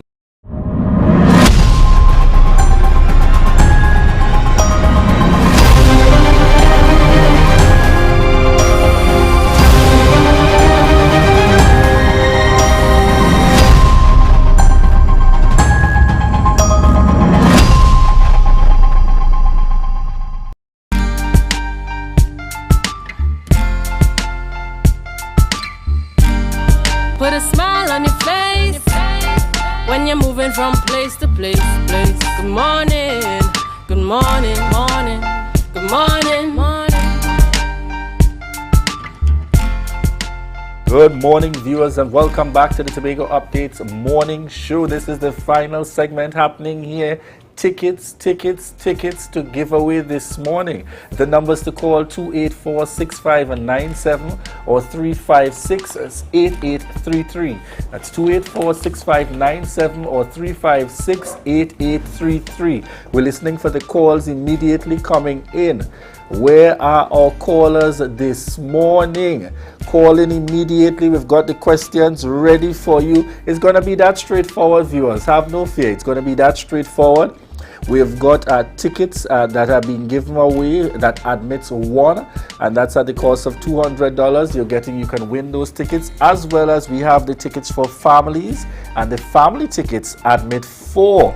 All right, at a value of $550, and we've got our very own Richardson George ensuring that you see and have your tickets available to you. The numbers to call 284-6597. Let's do this quickly, folks. 284-6597. We had an interview yesterday. We've got a caller online. Good morning, caller. Hi, good morning. Good morning. Good morning to you, caller. All right, our question to you this: what area are you calling from, caller? I'm calling from Garden. Excellent. But before you ask the question, what ticket is she going to win? Is it one that admits 1 or one that admits 4? All right. She's from the East. Caller, which one do you want to vie for? A family ticket? Family. All right. She's vying for a family ticket this morning. Who is the host of this event? What's the name of the company hosting this event, the entity? Is it the Million Laughs Caribbean Comedy? Million Laughs? Caribbean Comedy. All right, not Caribbean Comedy. Give us a quick try again. You're correct with the Million Laughs? Million Laughs Comedy. She's missing that last one. The Million Laughs. No, not the comedy show. We're giving you one more try. The Million Laughs Comedy Show. All right, no. All right, so caller, you got to go and come again. We're running to the next call immediately. Good morning, caller. Good morning, caller. Good morning, caller. Hello. Yes, good morning, caller. Good morning, I'm trying to win a ticket. Right, what area are you calling from? I'm calling from the Crown Point area. Crown Point area. All right, you're vying for an admit 1 or a family ticket. You want the whole family to go or you alone? Family ticket. Family ticket. The name of the entity hosting this event. The name of the? The entity hosting this event. What's the name of it? Oh, Jesus. Yes, we can call on him anytime. Caribbean Comedy Festival. What is it? Caribbean Comedy Festival. No, caller. You want to try again? Caribbean Comedy Festival. No, caller. So we want to get the name of the entity that is hosting this production. They said it to us yesterday several times. Alan, the entertainer, responsible for the entity. And it's actually also on the ticket. All right? The first caller came very close. All right, caller, are you on the line with us? Good morning, caller. We're moving swiftly along. Hi, good morning. Good morning, caller. What's the name of the entity hosting this event? Million Laughs Caribbean. White person seem to be getting that last part wrong. Million Laughs what? Million Laughs Caribbean Comedy Show. No. I feel we have to. People seem to be missing that last part. We've got to give these away today. They're getting the Million Laughs correct, but they're missing that very last part. So we're going again. Call on the line with us this morning. So we're probably gonna make the question a little easier. Give us the name of the event then. The name of the event. 3 words. The name of the event that's taking place on Saturday. 284-6597. That's 284-6597 or 356-8833. Good morning, caller. Hello, good morning. Yes, caller. What area are you calling from? I'm calling from Comfort and need to win a ticket. Good. What are you vying for? The admit one or you're taking your whole family? I'm taking my whole family. This voice sounding familiar. Tell us, what's the name of the event happening on Saturday? Tell us the full name. The event. Caribbean Comedy Festival. Go again. Caribbean Comedy what? Caribbean Comedy Commerce. Caribbean Comedy Commerce. So you just won yourself a ticket, the family ticket, because you're carrying your whole family. Can I call your name on here? You sound like you know this voice, Julia. This voice sounds very familiar to me. So stay on. Don't cut off just yet so we can take your information. Caribbean Comedy Commerce happening this Saturday. All right. Keep the calls coming. 284-6597. Tell us one of the persons that we would have had in studio yesterday for the interview. 284-6597. There were 2 persons in studio and 1 online promoting yesterday. Yes, caller. Good day. And this admits 1. Hi, good day. Did anybody answer? Yes, what area are you calling from? From New York. You're calling from New York this morning. You got somebody in Tobago to collect this ticket for tomorrow, or you're flying in? No, I have somebody who will collect it. Good. Tell us the name of one of the persons that were on yesterday promoting the event. There were 2 in studio and 1 online. We want to know one of the names of the 2 in studio. Alan the Entertainer. Alan the Entertainer. You just won yourself a ticket to admit 1. So stay on the line so that we can get your contact information. And we're going for another caller. We've got another ticket to give away, Ria. Another caller in the mix. We want to know who is the other person that was on air with us yesterday. All right, promoting for the Caribbean Comedy Commerce that takes place this Saturday, the 5th of November, 2022 at Shore Park, Tobago at 7 p.m. Who's the other person that was on set with us yesterday? Again, a very familiar face here in the Tobago space, a man, comedy himself. All right, caller 284-6597-356-8833. Caller, are you on here with us there? Good morning, caller. Fast and Furious this morning. Alan the Entertainer was on, and who was the other person on with him yesterday on set here with us?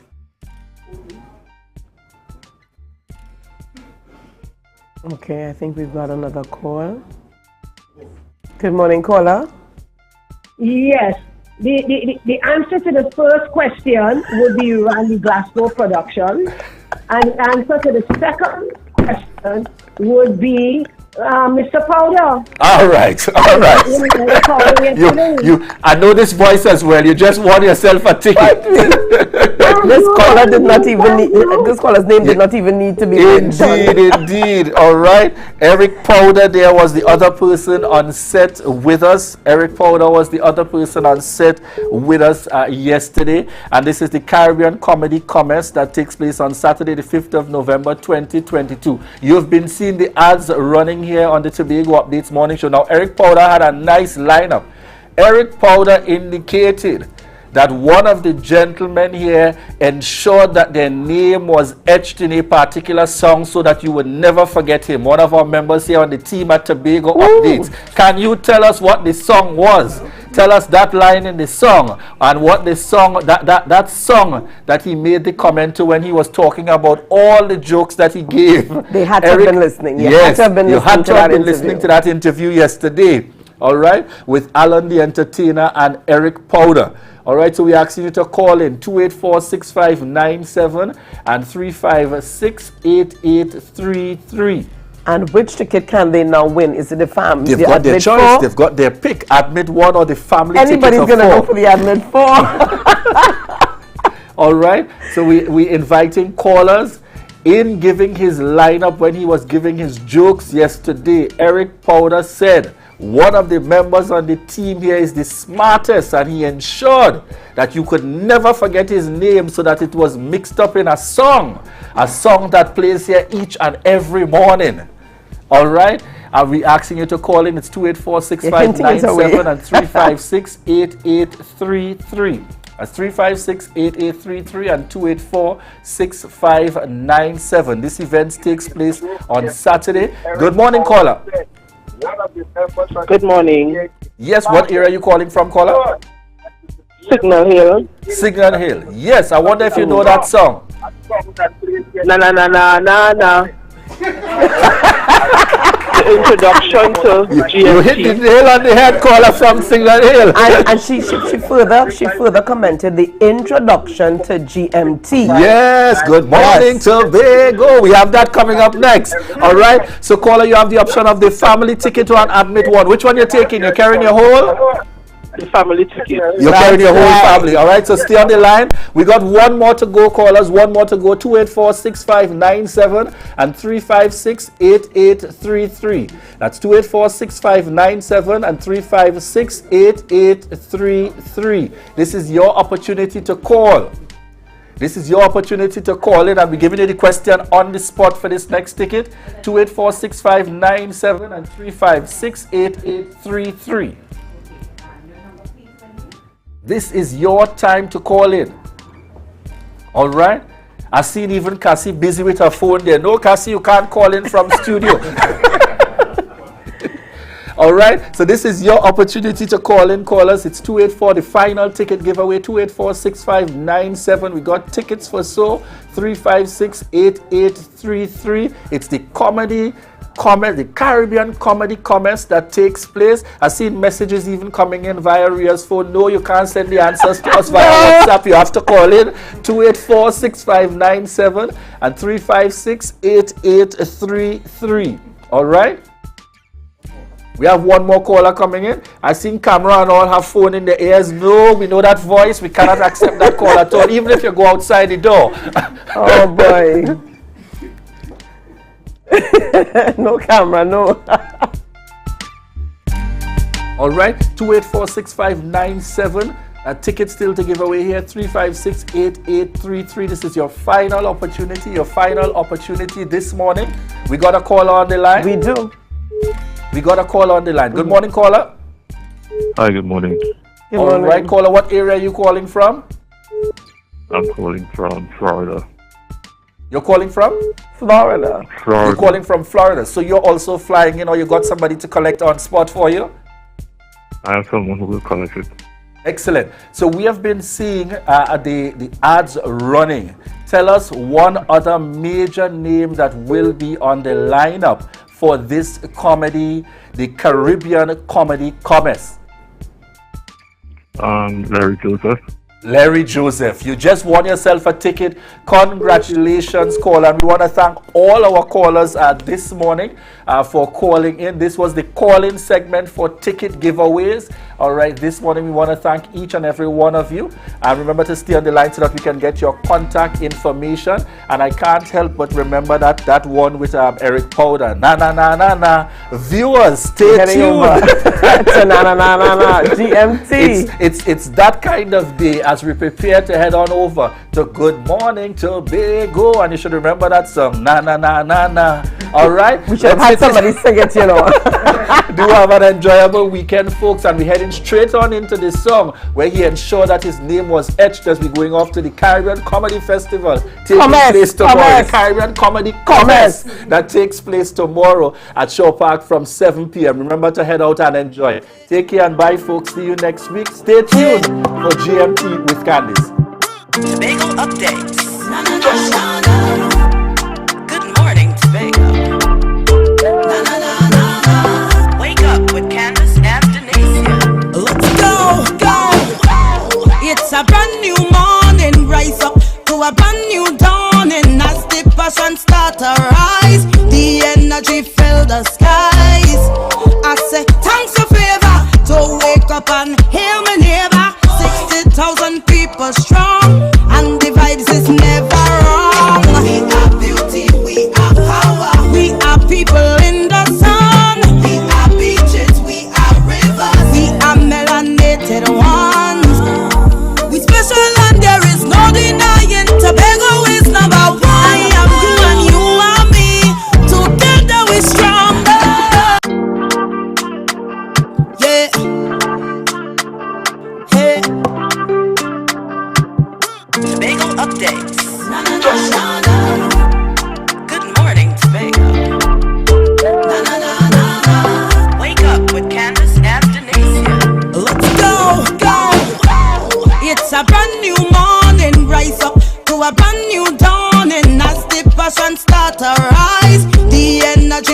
the skies.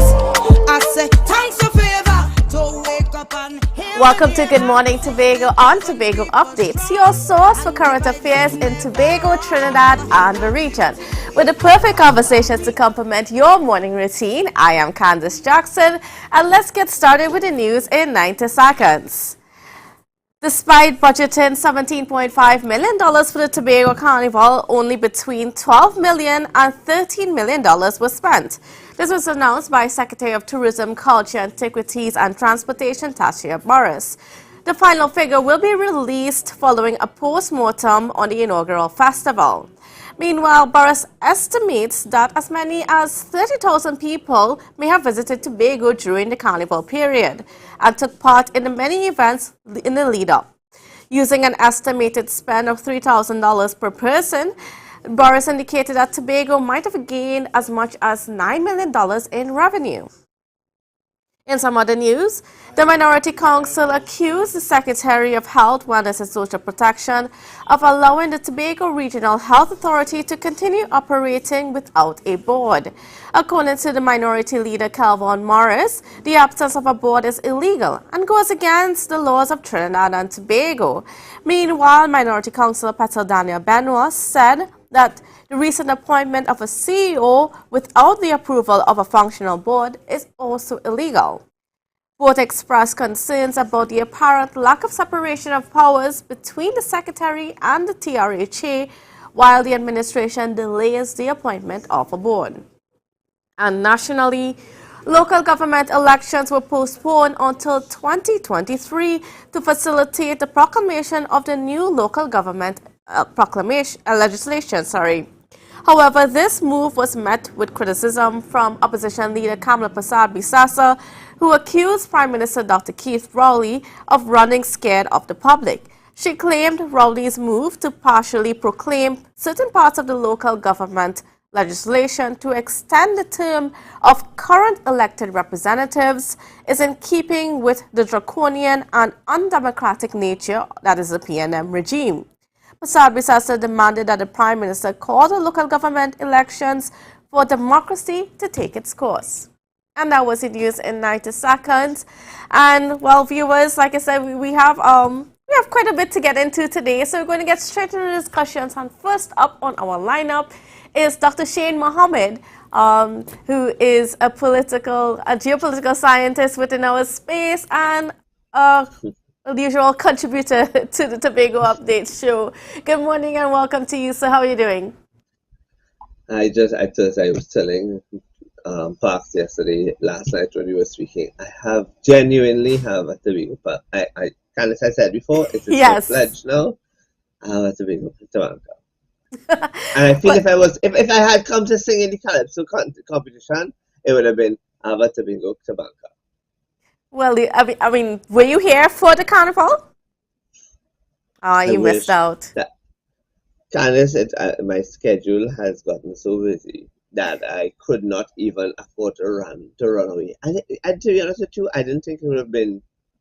I may have been able to do the runaway on Friday, but the Saturday would have intercepted because I had lectures late into Saturday. So it just didn't work out. Next year, though, I'll make sure, but that doesn't mean that I don't bat for you all, and I will continue to bat in the interest of Tobagonians because I think that Tobago's carnival was a step in the right direction.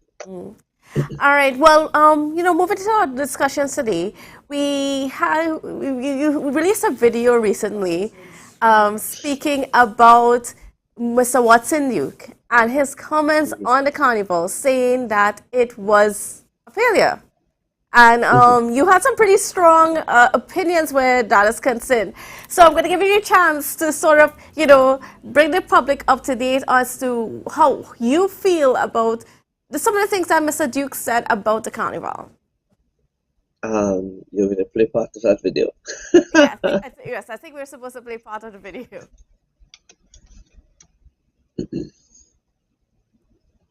Okay, I think we have a slight problem.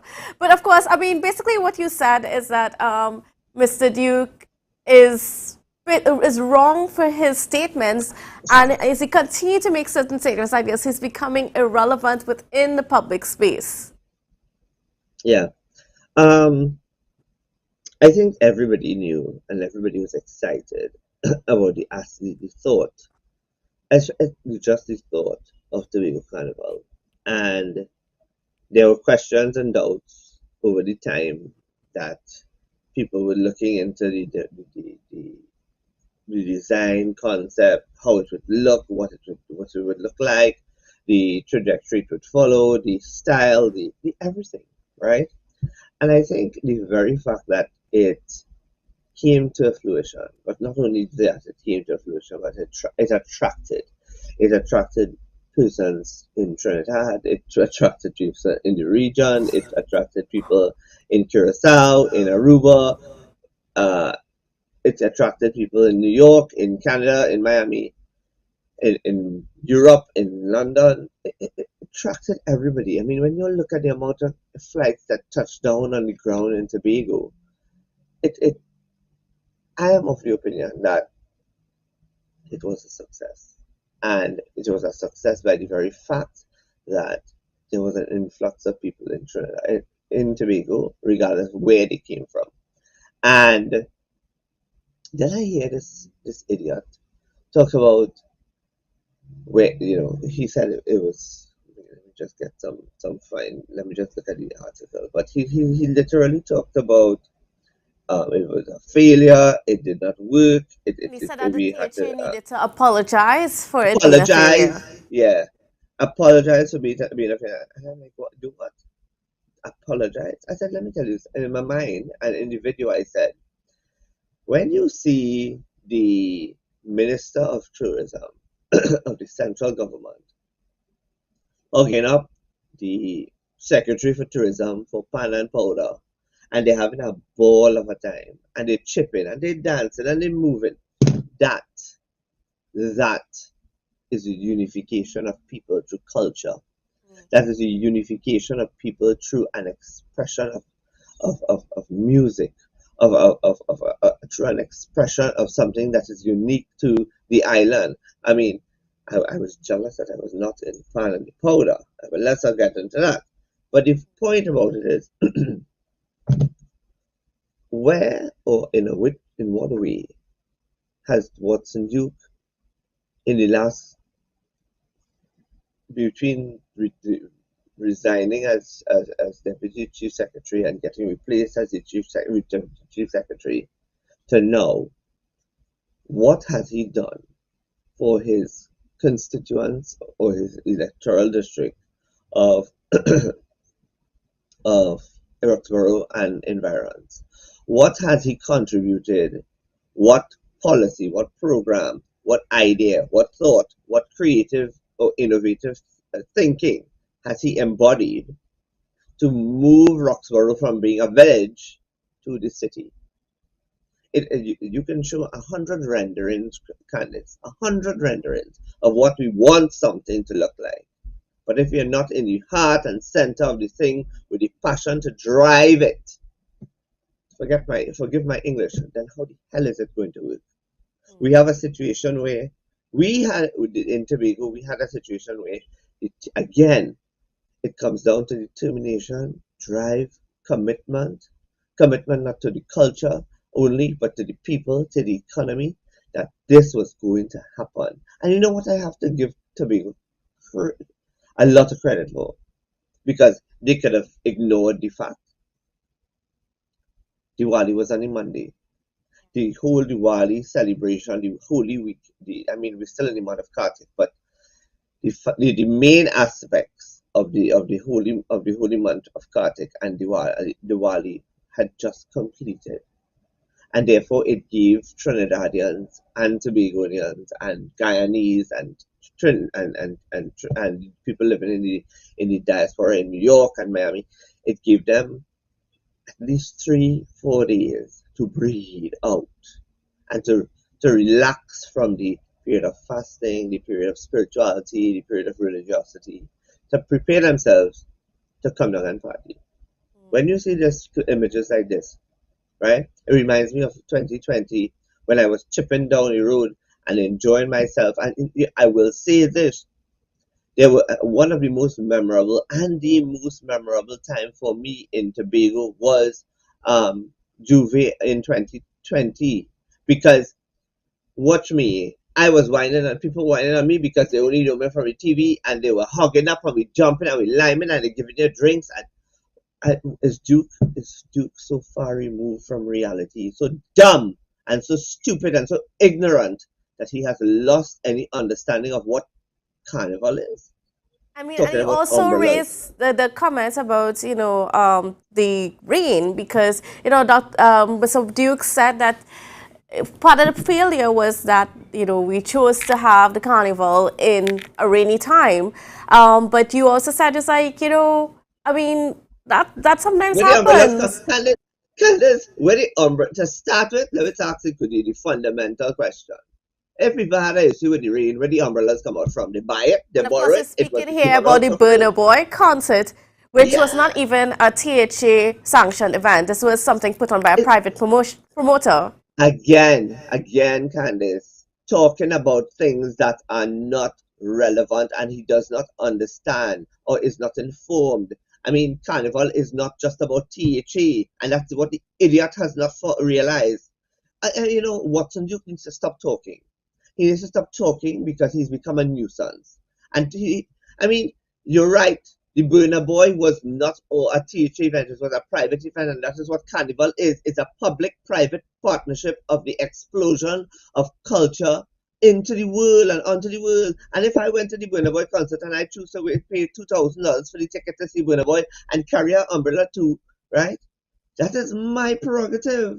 That is that is the citizens of Tobago and patrons from across the country and the region that went to see Burna Boy. That's their business. Anybody look like that in this video that you're showing? Anybody like this sitting down crying and say, God, I get wet my hair. What to do? My makeup? No, because carnival, rain does not stop carnival. In the middle of our party, when the rain fall, we will wet, we will go home. We will take the Panadine and get over the 2 days. We will jump and what he ever have a wet fete? He ever have a wet fete before? Wet fete is part of our culture. Spraying yourself in a breakfast party, getting wet with a breakfast party, just to wake you up and shake you up and let you go again. It's all part of our culture. And if he does not understand that, then Duke needs to shut up and go back to a corner and focus on what he's going to tell and report to the people of Roxborough as to what he did not do because of his ignorance and over the fact that he allowed 24 persons in Tobago to cause an entire constituency electoral district to become vulnerable to his foolishness, man, Candace. Yes. I mean, and then you also mentioned that Mr. Duke's political ambitions in Trinidad may not be looking so positive at the moment. What, from your views of what's going on the ground, what can you tell us about the PDP? Are they making inroads in Trinidad? Candace, from the day they launched in Tobago, I had concerns. I had concerns because it didn't add up. 1 and 1 was not matching, right? And we can say it now.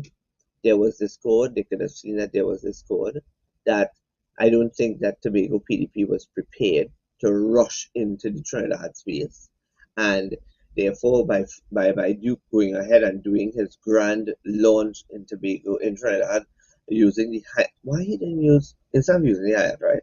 Why didn't he use somewhere like a ground, a Constantine Park? Why he didn't use not even around West? I mean, he could have used one of those football fields. He could have gone down the traditional route.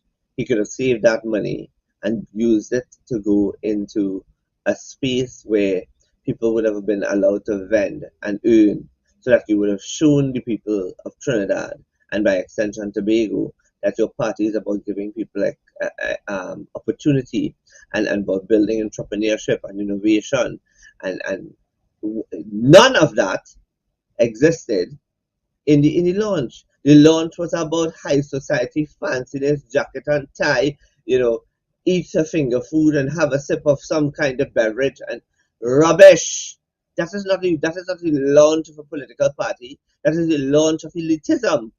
And the same thing that we fight against in our country today is elitism, because we are continuing to clamor for the fact that elitism is what is preventing the government from being grounded and connected to the people of Trinidad and Tobago. So it's sad to say, I had to dub the members of his executive. I have to dub them characters. I said it. I said these characters are not going anywhere. These characters are all about opportunity. Or these characters are all about stardom. But stardom doesn't come in being elite. Stardom doesn't come in wanting to be fancy and sophisticated. You know what it comes down to? Stardom comes in doing the work of the people and staying steadfast and committed to the cause and making the sacrifices and pulling the midnight hour. Well, who is to say that after the carnival finished, Tasha Burris was in her office, tired like a dog, but working till 1 o'clock or 2 o'clock in the morning, signing off on documents? So who the hell is Watson Duke? Did Watson Duke at any point in time in his tenure as the Deputy Chief Secretary sit in his office or sit in a office and peruse files that came before him for the betterment and the development and progress of Tobago? I can put my head on a block and say, no, it didn't. So for him to come now as king hypocrite to threaten and to ask the TH to apologize and to find fault on what I understand from the general Tobagonian public out there, that it was a success.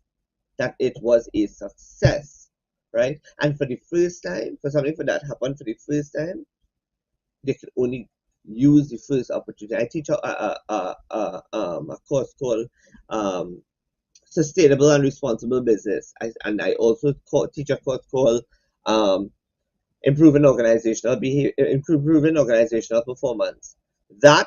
Those two courses alone are relevant to what has happened in Tobago with regard to Carnival. Carnival, from a sustainable and responsible business, you look at it from a medium and a long term, and you look at what you want it. They already set the dates, 27th to 29th of October, and again, Candice, again, they are outside of the Diwali period, and that is what I love. That they are not. It's not like, oh well, it's Tobago, and we do have Diwali, and we're not going to take that into consideration. For everything else that's happening within the country. Respect, regard, camaraderie, community, togetherness. What Duke is talking is a bunch of rubbish that he is looking for to stamp himself with relevance. He even wants to talk about, have his speakers and has his talkers call upon Fali and say that Fali is not running the Tobago House of Augustine.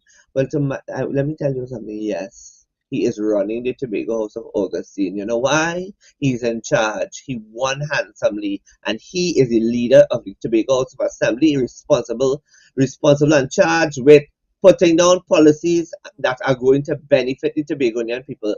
So the PDP that is the PDP doesn't exist in Tobago. We have a discussion leave it right there for now, Dr. Mohammed, unfortunately. But of course, like I said, I mean, we're going to continue these discussions as you are always here, just to give us a little perspective. Coleman, I'll come down and we'll have a good session on the stage. Well, you can move over up here to Tobago. Oh, I would love to. I would absolutely love that. To be honest with you, it's something that I have still not put out of my mind, but I want to talk about Dr. Parks about that. Okay, no problem. All right, so, well, thank you, Dr. Mohammed. We're going to have to move on to our other guest who is here in studio with us, and that's none other than the director of the Tobago Emergency Management Agency in the form of Mr. Alan Stewart. Good morning and welcome to you, sir. How are you doing? I am doing pretty well indeed. How are you, and how is I'm listening to all the politics this morning. Politics is always an interesting discussion. That's right. Yes, indeed. But we're moving on. I mean, we're here to talk about tsunamis and so on this morning. Yes. But before we get into that, I just want to get from your perspective, you know, we just finished October. It's been the rainiest month on record. Well, the rainiest October, I should say, on record since Tobago has been recording rainfall. That's right. And how has Tema fared throughout this whole time? I mean, we had so many incidents coming out of the repeated tropical wave, tropical depressions, weather problems. You know, you guys were quite busy this month. Yeah, one can describe it as incessant rainfall, non-stop. When you think you have a break, even when there is no rain falling, what is in the soil is actually causing havoc and making it a major challenge for the resources of the island and things like that. I always lament that through my experience over the years that episodes of landslides are very expensive and very costly to manage one way or the other. To every residential property that have landslide on the property, some of them, they require heavy equipment to move them. Some of them beyond the residents' ability to cope with it. And therefore, it becomes very expensive, one, for the state, and then the state mechanism, the ability to dabble between residential properties and also the public thoroughfare and also minor roads is a challenge. And it don't just stop there with the emergency response. It goes on to rehabilitation, because people need to understand that disaster management is actually a cycle of activities. Yes. You know, you have preparedness, you have mitigation, but then you have things happening and you have to respond. And then when you respond to bring relief to people, then they have to get back to normalcy. The society needs to get back to normalcy. So reconstruction and rehabilitation becomes an imperative in the mix of things. And that is where the costs really jumped in and really make it very, very challenging. Okay. Yes. So, I mean, and I know I'm hearing another report this morning of flooding in Leketo. Is that correct? That's along the Providence Road. Yes. It's a major area that has been disrupted by a landslide which took place in a ravine area, or a canal, so to speak. And as a result of that, it blocked the part of the underpath or the tunnel or culvert of the waterway that takes the water to the other side of the street. And as a result, the natural embankment and also what infrastructure is there is now bagging water and preventing the ease of traffic. And so the normal thoroughfare is being disrupted by this large volume of water that is causing a standing water flooding problem. So even while there is no rainfall, in the amount of rainfall that we had last night, I visited that area this morning, and it's unbearable that the traveling public have to undergo it, and so the DIQUD, they have, overnight they have come up with a strategy as to how they will respond to it and to see if they could bring ease. My team also, the CERT team would have deployed some equipment this morning. I think they are going there to see if they can reduce some of the water, because with additional rainfall, it will become very much impassable.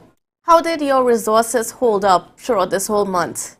Very challenging. There are challenges. We are coping. A lot of us are burned out, and it happens with the numbers and the clashes of events. So you have the Carnival event, and then, as I said it already, that the only thing rain stuff in Trinidad and Tobago is cricket. Therefore, the Carnival went on, and coupled with that, you had these events taking place. You have over close to 500 reports to deal with, and some of them needs to be categorized in a particular way. Some of them require equipment, heavy equipment. Some people require retaining walls. Some people need to manage their expectations, in terms of what will happen and what will not. And therefore, it has been a very telling time. We are actually going through a period in the organization where staff is really an issue, in terms of it's something that has been brought to the attention of the authorities, and they are working on it. I know the viscosity of the public service systems work pretty much in a way that sometimes is not to all of us comfort, in terms of the speed in which things are done. So it put that pressure on the limited manpower, and it's been felt very, very negatively when you have to do extra hours and go extra time. Last night I had to go out there because it's like you need to know what's going on, and what's happening, and you just don't have the amount of teams on the ground in order to respond. I always say that the systems is not designed for emergencies. Emergencies don't say, well, I'm coming after hours. When you shut down or people turn off their phones and things like that, it doesn't work that way. It's like news. Somebody news have happens to, 24/7. That's right. So it has to be dealt with. It doesn't wait until, well, it's 8 o'clock, we're starting back to work. No. It happens all the time, and you have to respond. So my team, I want to thank God for them, because they are very devoted, and they have been given going beyond the call of duty in order to perform their tasks, and going beyond their duties as well in order to get things done. So that, the traveling public, the ease of the population by which they move, they don't have that trauma to deal with, going to and fro from work and all that kind of stuff. So that's how it is, So I hope this weekend we'll have some rest, some R&R, so I can relax and regain some energy. Of course, because that's going. important to keep going. Right, yeah, rest is very important. And as we take it about hopefully getting a rest, we also have to be concerned about other things that can affect our space at any point in time. That's right. And one of those things is a tsunami, and today is World Tsunami Awareness Day. And I know for the last 10 or so years, or even more than 10 years, the TEMA has been consistent in putting things in place to, warn our population at the earliest possible point for a tsunami, and to do these drills every year to know what we should do in the case of a tsunami. Yeah, one of the things that is necessary to do at this moment is to give the populace a sort of a sense of what exactly is a tsunami, because sometimes it's a very phenomenal type of discussion where not all of us had the privilege of going through a geography class and things like that. So the population, so you live on an island, and you live in a very seismic zone where tectonic plates move in a particular way. Some move apart, some move override each other, and some move in a particular way where they move vertical upwards and slide against each other vertically. With that understanding of it, there is always a possibility that if you have in an area where there is submarine seismic activity, you can have the potentiality exists for a tsunami to take place. And of course, we're talking here, like an earthquake out in the ocean. That's right. Very close to land. So when I say seismic, I'm speaking about earth movement, the movement of tectonic plates. Yes. And therefore, I just spoke about how the plates, what produce what. Volcanoes are more prone to where the plates are moving apart, so it pops. The magma chamber is exposed and allow it to come to the surface, so you have that taking place. But what about if you have a situation such as Kikimjeni? Yeah, we always have these discussion around Kikimjeni that, Kikimjeni has the propensity to do that, but not in a violent manner, because it's still a young volcano that the doom, if collapse, can generate a tsunami, but not the type that will be destructive in any way. So I need to put that there in every conversation because of our proximity to Kikimjeni. It is said to be 12 miles north of Grenada. Yesterday, on another frequency, I would have made an error when I said we have three minutes to prepare, meaning we in TEMA have 3 minutes to act in a particular way to warn the population based on the devices that we have. But it will take at least 12 minutes after a violent explosion, and if, in time coming forward, that can happen, and to reach our shorelines because of our proximity to Kikimjeni. You're talking about the movement of wave action that moves close between 300 miles to 400 miles per hour. Think about a jet flying, that's a tsunami coming. But that's the way in which these waves behave. So we have to understand that. Another important feature, which I think is very useful for, especially for those of us who live on islands in the Caribbean, is the tele event. The very word tele means distance as it relates to telecommunications, distance communication. These type of tsunamis, one will not know that they are happening. But one can look at the shoreline, and you can, if you're on the shore coast and you see the water is receding very quickly into the sea, it's a tell sign that there is a possibility of a tsunami coming. So you move inland. You don't go out there to look at the wonder. You don't go out there and look at the spectacle of fish jumping and you could pick up a couple of fish, things like that. No, you move inland and you move to high ground. So these are the things that we want the population to understand about tsunami and living in these shorelines. Many people think tsunamis have to be very high in nature in terms of their trough and their peak points. No, a tsunami, the energy of the wave is what causes the destruction actually, or wave or waves. It's described as a waved or waves that are generated by a particular, could be an object hitting the surface of the water, or the displacement of water as a result of the tectonic plate movement. And I mean, I want to pause here to just indicate, because, you know, when you're young, like, and you heard about tsunamis, right, you thought about, okay, it was going to be this big wave that's just going to come crashing down on the shoreline and so on.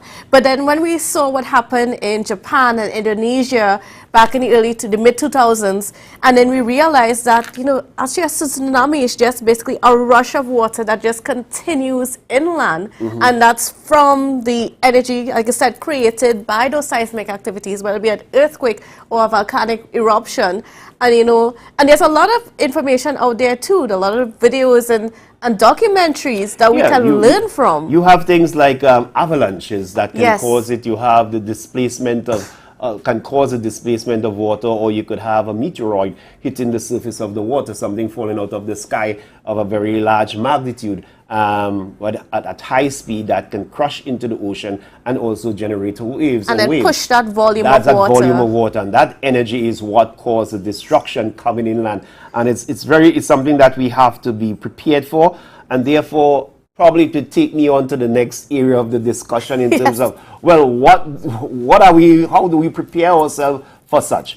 I would have ended speaking about the tele event, and this is one of the most scary of the type of tsunamis. I remember sometimes just before, I think it was around 2008 thereabout, we were told that there was an earthquake down in the Pacific, and by 11 o'clock the day, that was 2 o'clock the morning when I was waked up, it will reach our shore. However, it never happened, you know, but we were put on alert. And I remember getting up the morning, 2 o'clock, and coming down to the Emergency Operations Center and having to stand by. We did the calculation, realized, yes, it's around 11 o'clock in the day, so we had some time. So we said, then it was called off. But what bothered me is the sense that I had to leave home to come and trigger it. And I said, if that doesn't work, if I can't get to the center, then what happens? You know, and then we, you know, service improvement plan in 2008, we decided to have these installations and increase them going forward. And we upgraded the system that it can be activated remotely by phone.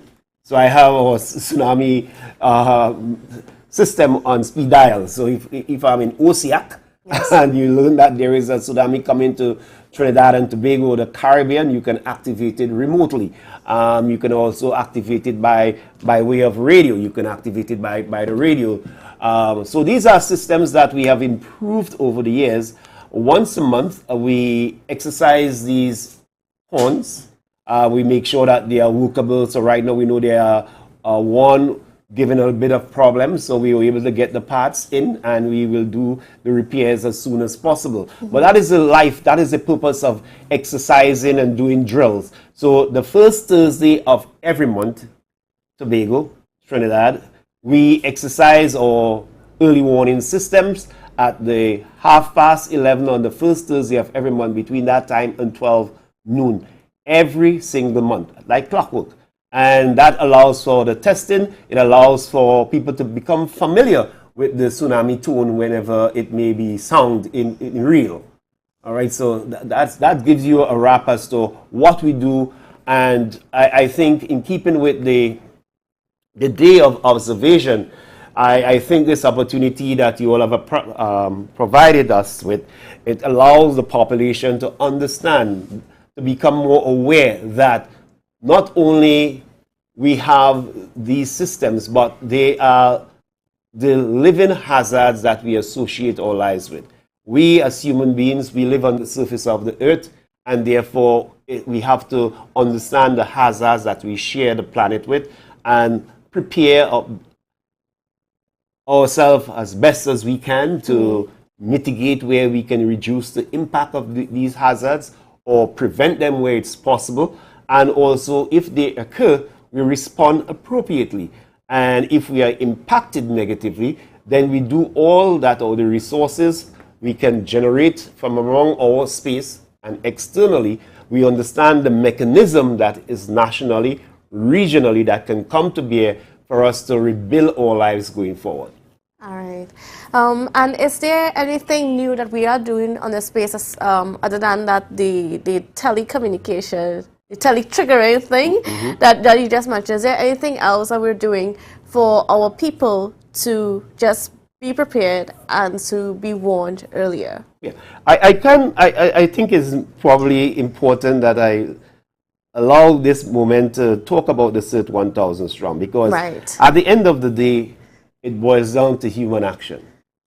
And what we are seeking to do with the CERT 1000 strong, and I could announce to the population that we were very successful in getting EU funding for the program. So the European Union, through CEDIMA, have recognized the importance of this step that we are taking, and they bought into the concept of it, which we are seeking to have over 1,000 bodies on the ground. It was a 5-year plan, but we were able to do that in a few months. So we have over 500 registrants already, over 200 of them being trained and willing to. The objective now is to have these persons tooled, get the necessary equipment, uniformed, and also have the necessary training that will allow them to be able to respond within their community.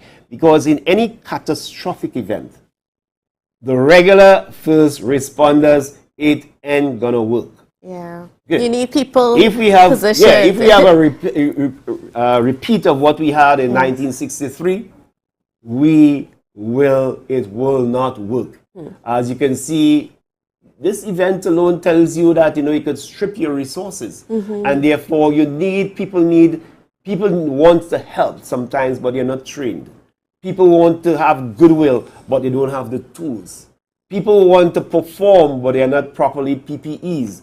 They don't have the necessary protective equipment to do so. And that could cause more danger. And that can cause more danger. So we understood it, we understand it well, and therefore we are very pleased to know that the EU have come forward, the European Union, and come forward helping us through CEDIMA and to provide these people with these volunteers who are, I say the committed human resource is the most important element in emergency management, where people commit themselves to service, to public service in a way of volunteerism. You cannot put a price tag to it, and therefore I am very pleased, to announce that, very soon we'll be able to outfit them with the necessary things, but that augment the strength on the ground. We tell persons that if you are a special need and you cannot help yourself, you're not ambulatory, you cannot move around on your own, then therefore, and if you heard or you learned that there's a tsunami coming, you need to tie a white piece of cloth on your doorknob so that the persons in the area will know that that's an international signal that you need help. But outside of that, we would have done a number of things. Like 2007, we would have done the special needs program, which allow us to geotag where these special needs persons are. So the important thing now is to transfer that knowledge to the persons within the community who are volunteers, that they can assist their fellow men in their areas. We were looking at building teams up to about 30 strong in each community, 12 to 30 persons in a community. Some communities are large, so you need multiple teams, things like that. So these are some of the things that we wish to do to help in this going forward, and we are hoping to use these periods to bring that awareness to our population. All right, great. That's great news. And I guess at this point, it's a good a good thing to say to the population. You know, you always need to be prepared for these things, whether it be an earthquake, a tsunami, hurricane. You know, sometimes these disasters happen without any warning. So as a family, as a household, you always need to be prepared. All right. Think about all those things that can happen. You know, the research is out there. TIMA, of course, has the resources that can help you to know how best you can prepare your homes and your families for whatever eventualities that may happen. That's right. Great. So thank you so much, Mr. Stewart, for being on with us and for just giving us that perspective. So after we're dealing with one disaster of the rain, we have to think about others. So we always got to be thinking of the inevitable. All right, viewers. So, I mean, it's a little bit of a downer point to end our Friday evening discussions. However, it is important and we need to keep that in mind all the time. And I hope that despite all of that, you get to go out and have a good time. We have the laugh show happening this evening. I mean, sorry, not this evening, sorry, tomorrow evening. I meant to say this weekend, but anyways. But yes, we have that happening this weekend. So go out and show support. Have a light moment. It's going to be a wonderful time day out there at the Shore Park complex. So you don't want to miss it. And viewers, we'll be back again for you at 7 a.m. on Monday. So have a wonderful, safe, and happy weekend. We are melanated.